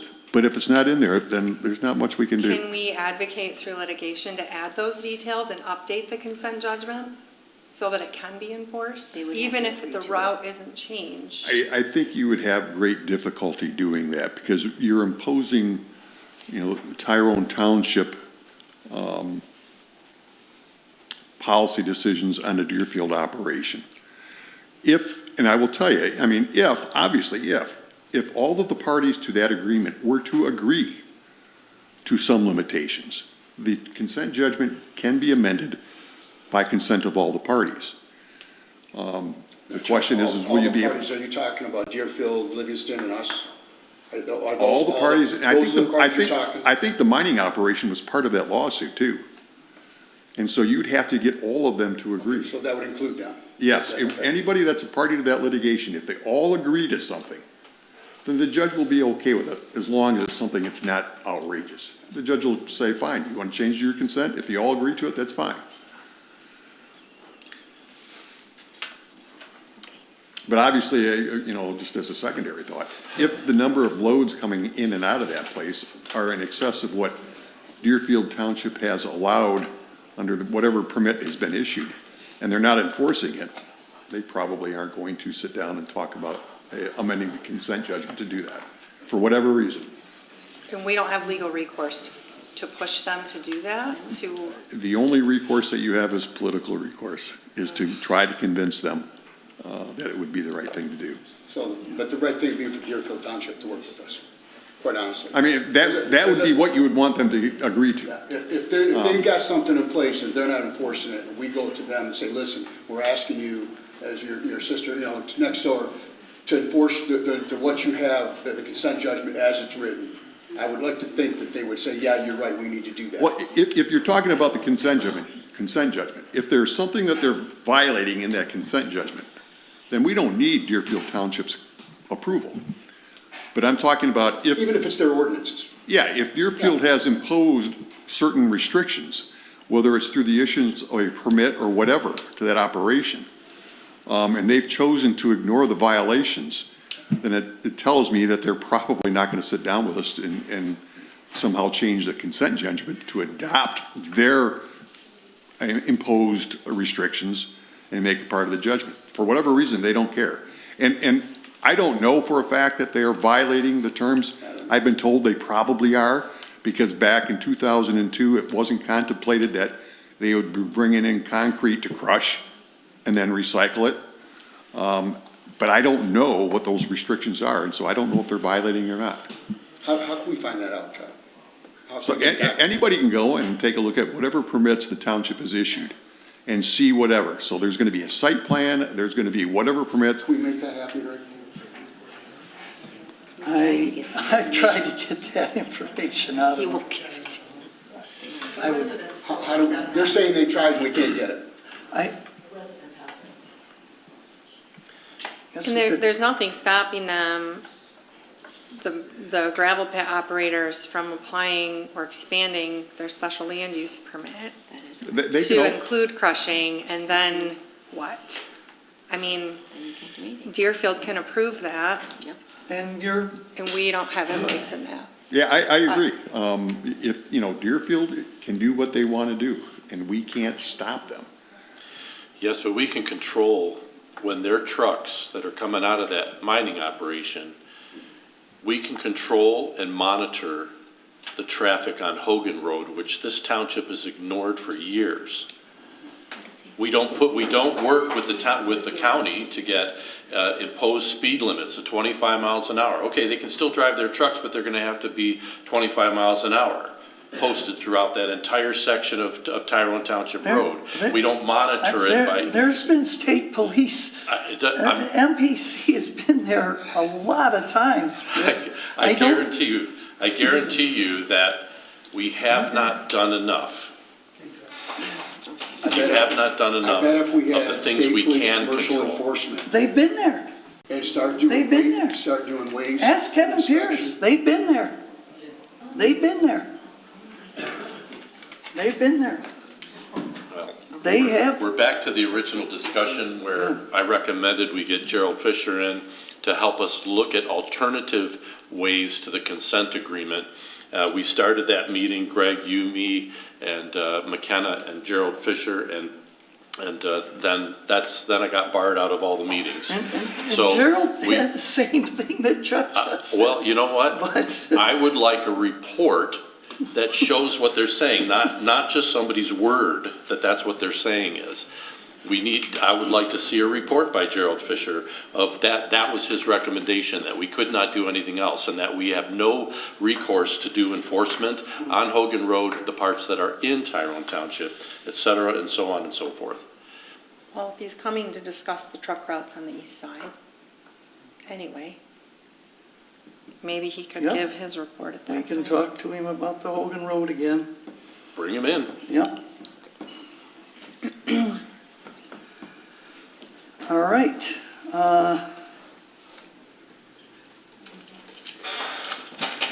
Any other discussion on truck routes?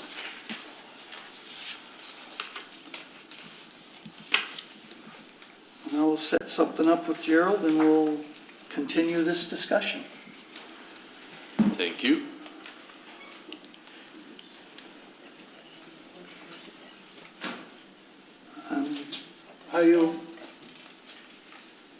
Is everyone in agreement with having a discussion with Gerald? Yes. Absolutely. I am. Yeah, okay. I thought we were, but. Yes. Just want to make sure. Okay. All right, then I will move on to miscellaneous business. I did want to mention briefly a quick update on Pioneer Day in the townhouse. Forgive me for reading, but I wrote it out. So I'd like to invite the community to join us for Pioneer Day Saturday from 10 to 4 to celebrate local history. The event is family-friendly with free admission. There will be live music, food, artisan vendors, antique car rides, a car and tractor show, and more. Come see the progress on the townhouse and enjoy the newly installed brick walkway. We cannot yet invite people inside the building as we are still working toward occupancy, but we do plan to have the doors open with historic displays for the public to enjoy. As a reminder, all parking is at the ZF parking lot on Old US 23 just north of Center Road. Free accessible shuttles will be running all day, and we hope you'll join us for this community event. Thank you, Sarah. Thank you. You're welcome. I have a quick little, I want to thank Scott Dietrich for all of his trimming. He trimmed all the bushes and the trees, did all the landscaping, and to Sarah for painting the trim around that door in the old shed. Looks fabulous. Thank you, guys. Thank you.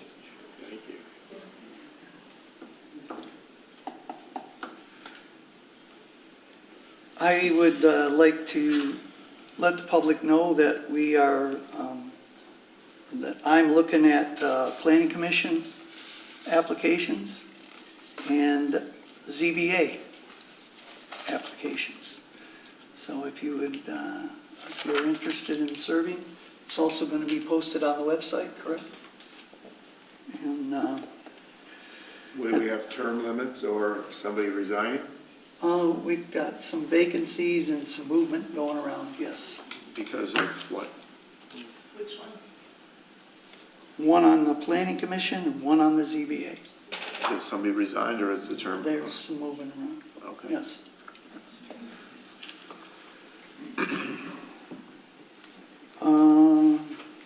And that's it for me. Anything else? I guess we'll look at public comment again.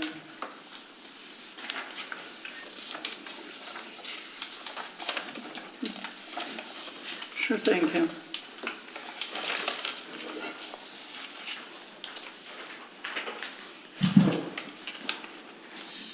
Kim Fracolosi, Deer Park, Livingston County resident. Listening to the discussion, it seems like I love rules, okay, so ordinances are way cool for me. However, this thing comes up a lot where people think they know something and then you call and then you get billed. And I personally think it should just be in our taxes. However, more importantly, this comes up repeatedly, which means we have an ordinance problem. Not just a communication problem, but an actual ordinance problem. Because if the communication in an ordinance is so bad we don't understand it, regardless, I'll raise my hand. So I see now what I have to do is have some s'mores next to anything I burn so that I can say it was for pleasure, regardless of what happens. I mean, this is just silly. So anytime, I'm just suggesting, when we bump up against something that we keep fighting about, let's just look at the big picture again, similar to what Sarah had said, and go, do we have this right? Is there enough information here? Does everybody understand it? And then just put it in there and just change things up. But charging somebody $1,500 when they do something right, regardless, because it almost sounds like he had to do some of the work for the fire department because the fire never went out. Well, let's charge them the same thing and even it out. But then we can't continue to do this, that, and go through all these details. Let's just get the ordinance fixed so that everybody understands it and it's very simple. And this won't be the only thing. But instead of sitting down and arguing like we just did and took up so much time, let's go, this is a repeated problem. We need to look at stuff and set something up where we can talk about it. That's all I'm saying. Thanks. Thank you, Kim.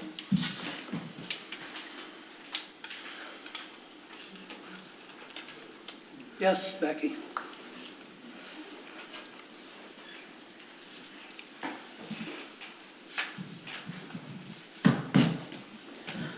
Good evening, my name is Becky Millark. I'm a resident and a business owner of Bare Naked Wood here in Tyrone Township.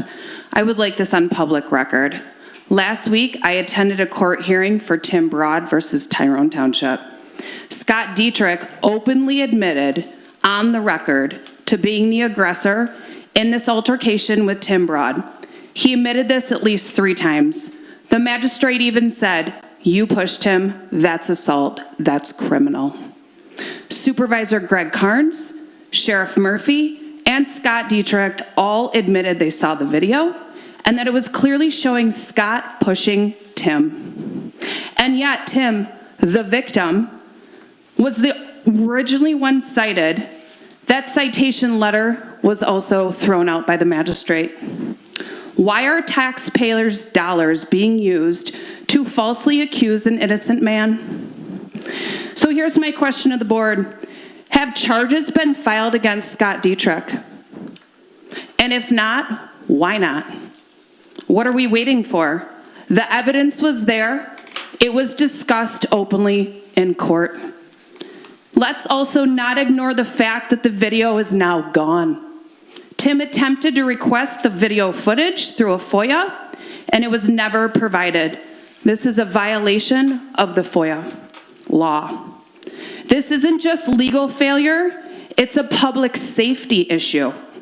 Scott Dietrich has publicly threatened me at a prior board meeting, stating that our business would be targeted next, simply because we know the Ropetta family. Since then, he's been obsessively stalking my social media. I have all paperwork right here to prove it, if anybody wants to see it. I don't even feel safe attending these meetings because of this man and his aggressive behavior. This should never be the case for any resident. He's also been seen working on property on July 2nd and 3rd. Who authorized this? Well, obviously, we just got our answer from Jennifer. I'm asking, is he licensed? Is he insured? Is he getting paid by tax dollars? Really? Because from where I stand, it looks like the township will bend over backwards to harass a small business, like myself, while protecting someone else who has proven in court to be the aggressor in an assault. You have the obligation to protect residents. You say you enforce the law, then I'm asking, will you enforce it here? Will you press charges? Will you protect your residents? Or will you keep covering up someone who's actively harassing them? Thank you.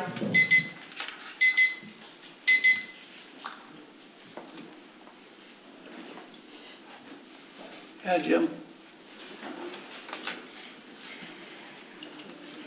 I'd like to follow up Becky there. You know, Noah comes in here and I ask you guys, what are you accusing him of? None of you even know. You say I don't know, did you guys not read anything before you got here? But since you're setting the rules of the game, you're gonna nitpick him over the size of his fire pit, wind direction, if he's got 2.9 or 3 acres. We're gonna go by the letter of the law, right? That's what you guys do. But you don't apply them to yourself, so let me read your code of conduct to you that you like to plaster on that table back there. Any person who violates the provisions of this article shall be guilty.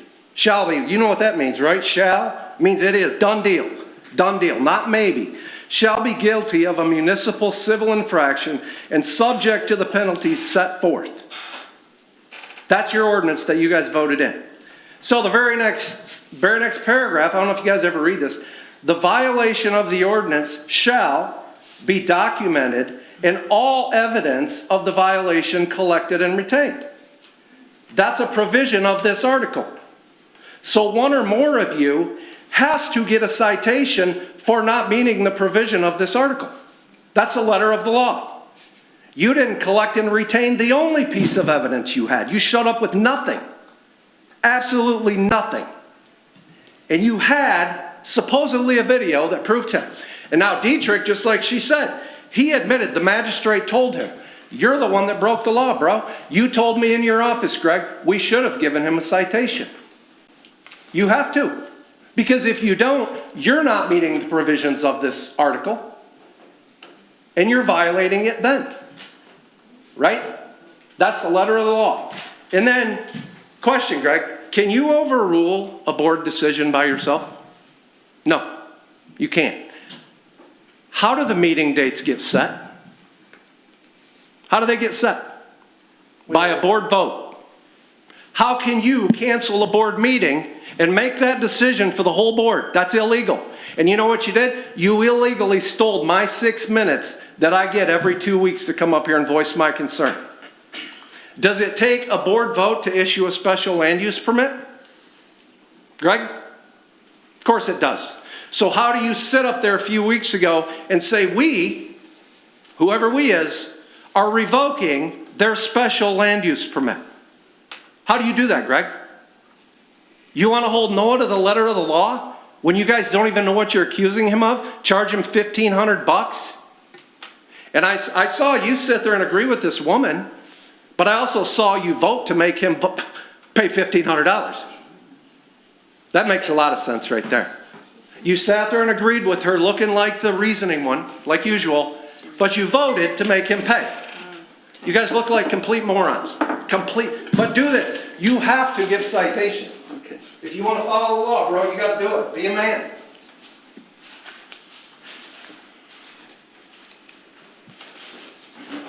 Bring it on. Bring it on. Now, listen, bring it on. You know what? Keep it civil. Well, I'm gonna. Go check your, stand your ground law. No, really. And not only that, Mr. Murphy, our sheriff, stood up there and watched the video and told the judge exactly what happened. He said, Tim was the aggressor. That was our sheriff. That was our sheriff. That was his testimony. Hey. No, see, they don't want to know the truth. And they don't want to follow ordinances. What did we have a master plan for? What did we have all these meetings for? So, you know what? He's the one that sat there in court and said, I was the one that run my mouth, I'm mad all the time. Did you see how he acted this whole meeting? Tell me. Okay, I would like the same respect that I gave him. I didn't shout at him when he was talking. Anyways, getting back to the roads and stuff. Chris, we're going to need a special assessment. I don't think you're going to get that for your 23 out there. Now, I do sympathize with the fire run with with Noah, and we have to get into our ordinances. We have to get into our ordinances. We didn't do that with our master plan, go through and we need to tweak them. We did that before. I was there when we did that too. And I do agree, we do need to look at that.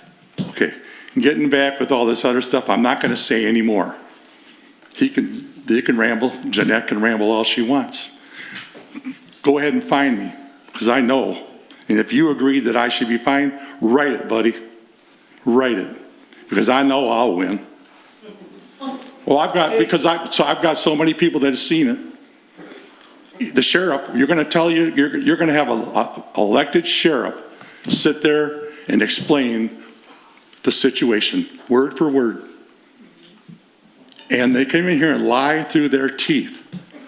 The FOIA requests, they're all there, everything's documented. It'll be brought up. I have no problem. I'll take my fine. I'm not going to pay it, and I'll fight it, and I'll win. I know it, because you know what? And getting back to Mrs. Becky over here, she's got a lot of issues herself, and I never threatened her. And you know what? There's ordinances, and we all worked hard on these ordinances.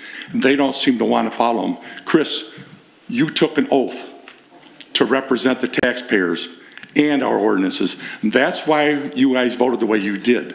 I feel bad for Noah. I'm glad you guys gave him relief, which I asked for. I wish we could give him more, but we have to follow our ordinances. But we have to fix some of them. I agree. But some people just think they don't have to follow ordinances. And I understand, Noah understood that, from what I can understand. I can't speak for him. I do feel bad for him. I do want to help him. Thank you.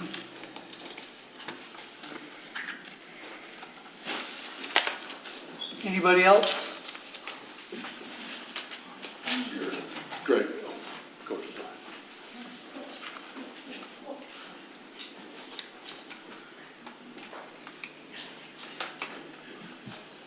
Hi, Gordon Tomaszewski. I'm going to try to kill two birds with one stone here. The first issue being the fire run. I do have a question. How much money do we have in surplus in our budget? Whoever wants to answer on the board? Or can I get an answer? No. Okay, because I've been, of course this is a comment, so nobody wants to answer. I was looking through and I seen that we have a couple $1 million sitting there. Also last year through the audit, we had $979,000 that was sent to Tyrone Township, and the township accrued more money. My question is, why are we talking about giving a $1,500 fine? Why are we talking about raising people's taxes when you turn around and we have such a surplus of money? It is taxpayer money. And it's not like we're going to expect that we're going to get every resident to call in and get a fire call where we're going to have $2 million, $3 million worth of fees that we're losing out on. And this brings to my another point I have. I spoke with Miss Eden today. We had a great conversation. This is a comment period. And I mentioned that, as I did in the past, why don't we have an answer period so residents can get some insight and information? Everything's being withheld from us. I brought up the point that there was a survey done on the old Township Hall, which is a pet peeve of mine. And we allocated 2 years in a row over $30,000 each year for restoration on the Township Hall.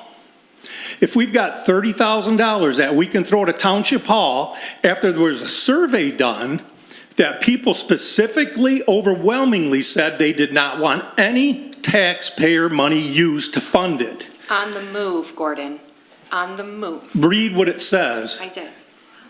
And it says, and it also says, do you want to take money from the road funds and other funds in order for it to be used?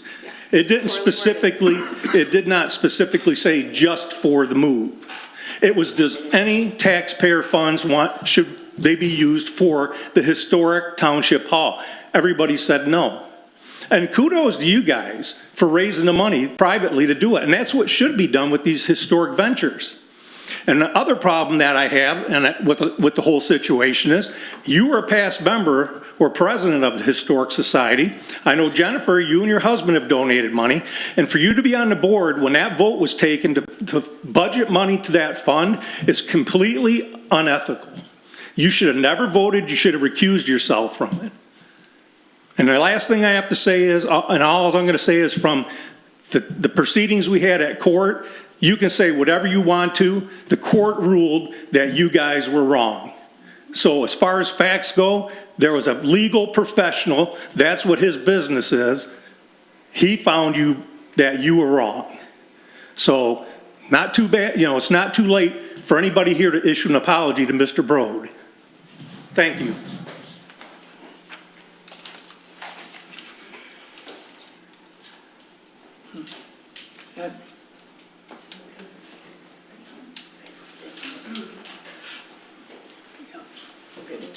Yeah.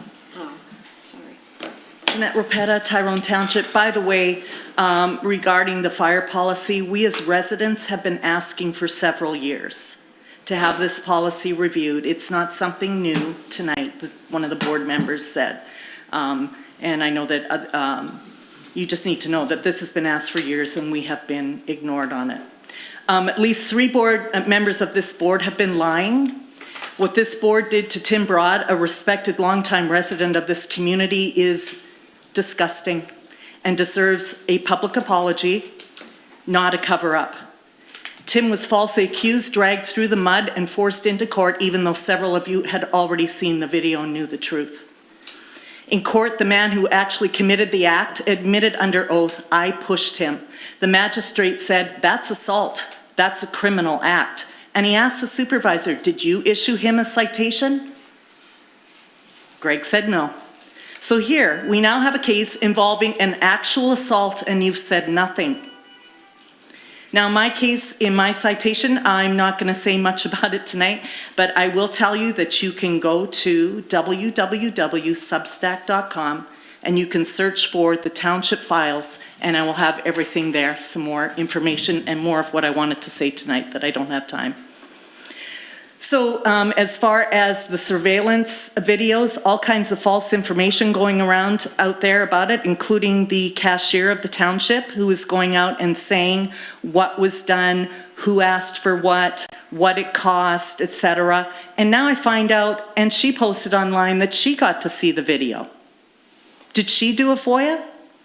Did she FOIA for a copy like you told me, Greg? The only way I could see it is to FOIA for a copy that no residents, Chuck told you, no residents can see the video.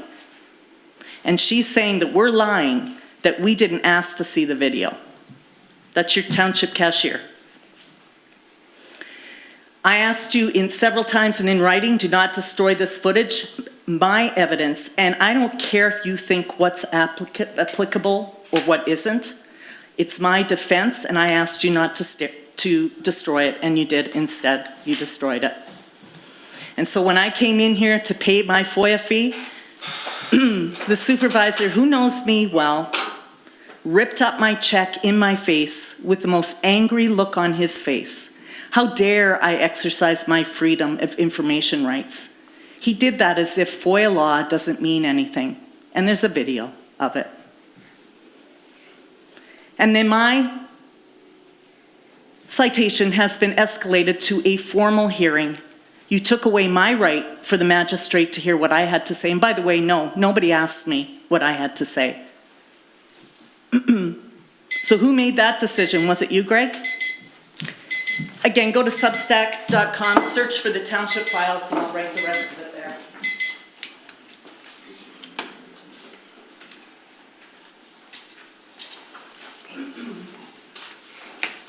Yeah, Tim. Greg, I have a public comment first. I'm going to be speaking as a resident, not as a trustee. This issue is so important. We need to escalate. You, as a board, really should consider escalating this particular topic as far as citations, the process in which they're handled. The thing that's most disturbing, that regardless of who gets one, and this is for everybody as a resident, is that you don't care about finding out both sides of the story. Nobody cares. This board has shown, you guys have shown, you don't care to ask both sides. It's the shoot first and maybe ask later if you feel like it kind of approach. And as a resident, that's just disturbing. Absolutely disturbing that anybody issuing any kind of citation to anyone for anything wouldn't be interested in hearing both sides of the story before issuing a citation. And as a resident, I'll tell you, that's terrible. That's shameful. That's completely unbelievable in my mind. That's not even due process. So I'm disgusted by the whole thing. You as a board should take this up at absolutely your soonest convenience to talk about how these things and put in policies or guidance that says, oh, we don't just take somebody's opinion. There's lots of grudges in every township out there. So taking the grudge of a particular resident versus some other resident and then saying, oh, okay, we'll do that. We'll just go and do it. Or not finding out what somebody means by something that they say. You're going to be in this boat that you're in right now with challenges over and over and over again as a township. And as a resident, I don't want to see my taxpayers. Guess what? The only person who wins is Chuck sitting over there. Because Chuck gets paid regardless. We win or lose, Chuck gets paid. It's nice to be a lawyer at that point. But it's disgusting to me that you guys don't want to even consider all of the story, the whole picture, both sides, 3 sides, 5 sides, if there's 5 people involved, until you're ready to write a citation. And these policies have to be changed. As a resident, I'm asking you to pick that up as a board, since you wouldn't want to discuss it in the board meeting itself. Thank you.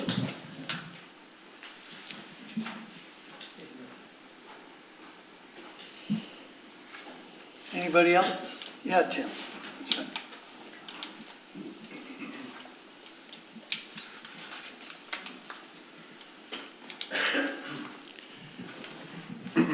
Greg, you know that we had a discussion the night that I was handed that citation. And I asked you, or I almost demanded to see that video. And you told me, we're getting ready to start the meeting. You can come and see it tomorrow. I didn't make it there that Wednesday, but I talked to you Wednesday night, and you told me, no, you really can't see it. And I asked why. You never gave me an answer. Never gave me an answer. And if you remember, I came to your house, and we had an hour and 20-minute long discussion. And some of the things that you admitted to, you're not following through on. So what you're telling me is, I don't really care about you.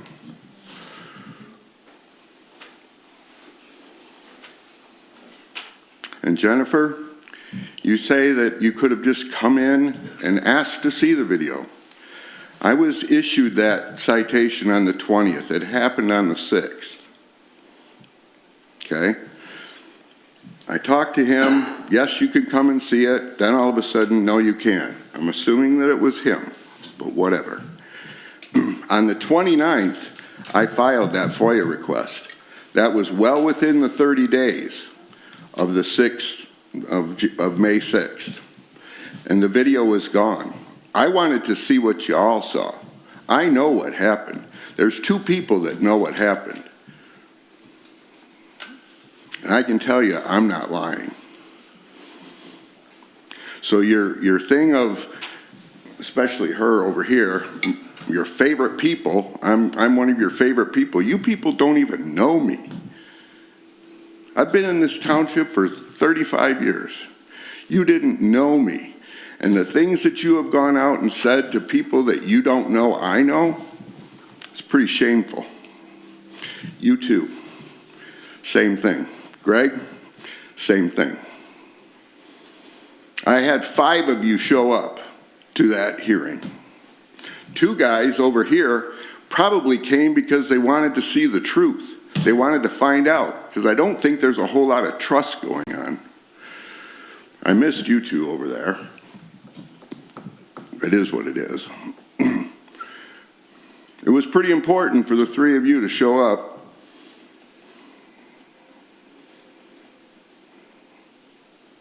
And I get silence.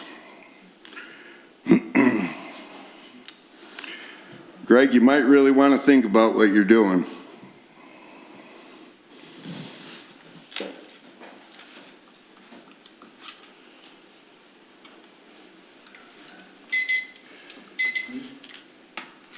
Anybody else? Yeah, Kevin.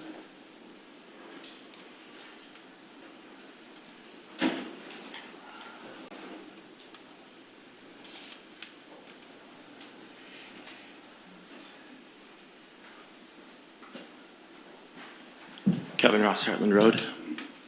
Good evening. I just want to make a couple quick points. First, I do want to say that I do sympathize, and I believe the discussion around Mr. Swartz probably could have been tabled rather than forced into a vote tonight. Chris, I think by pushing it forward prematurely, you did him a disservice, not only to Mr. Swartz, but to your ability to gather more input, especially from the professionals like the fire chiefs. Taking Herm's advice and involving those with firsthand knowledge could have given everyone, I think, a clearer understanding and maybe even brought the board to a better consensus. Do I feel that the fire policy should be reviewed? Yeah, I do. But Chris, you got to stop with the grandstanding, man. Your little antics, coming around the table here. That said, I don't think proposing to raise everyone's taxes again is not really what residents want.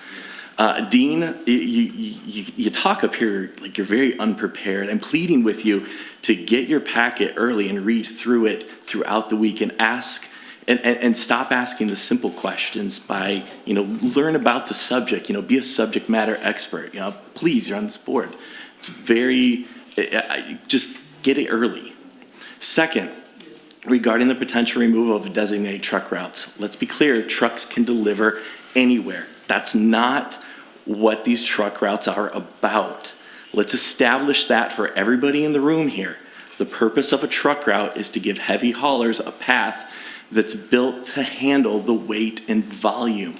If we eliminate those truck routes, we risk 3 things. Number 1, the truckers will choose their own routes, damaging local roads that aren't built for that kind of load. Again, this is not delivery, so don't confuse it. Number 2, that leads to more frequent and expensive road repairs, which likely means, again, higher taxes. Down the road, we may find ourselves in number 3, down the road, we might find ourselves again in another legal mess, facing another consent judgment. And guess what happens? More cost to the township.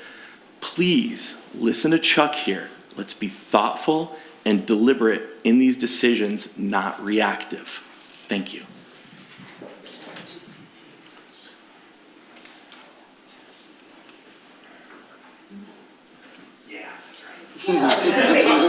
Tell him to stay away from me. Tell him that should not. You need to do something. Do something about it. Can I just say something? Unreal. Hey, we still have public comment going on here. Steve Bissell, Indian View Trail. I'd like to just make a formal complaint that members of the Planning Commission that are here complaining about Chris grandstanding or anyone grandstanding on the board, that member of the Planning Commission is one of the biggest causes and reasons for grandstanding that I read over and over and over, and he just proved it again tonight in this meeting.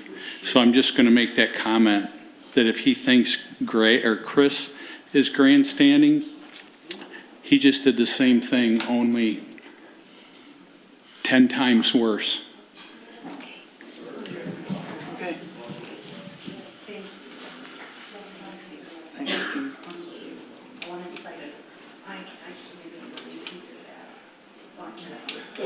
Anybody else? I do. I would. Are we done? Way too close Make a motion to adjourn. Yeah, So moved. Yes, he did, right? So moved. Motion to Second. adjourn. I want him cited. Meeting adjourned. I want him cited, Greg.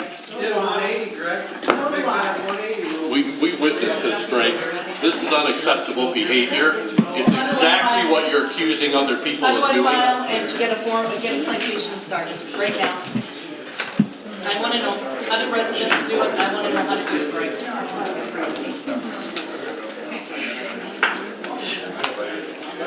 How do I do a citation? How do I get a citation? Where's the sheriff?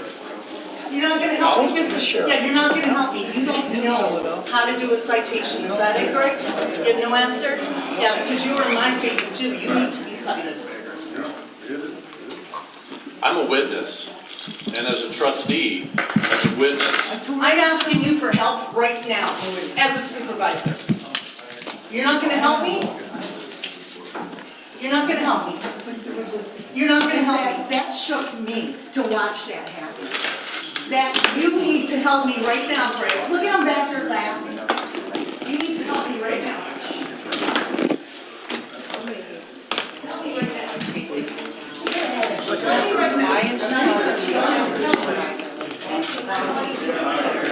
Hey, Herb, can you walk Greg to his office? Get Greg away from it and walk him to his office, please. Get the deputy involved. I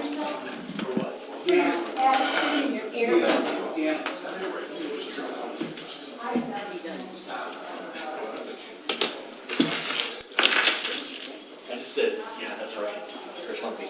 And I said it in the microphone after her phone. Because she kept doing ChatGPT. And I just said, yeah, that's right.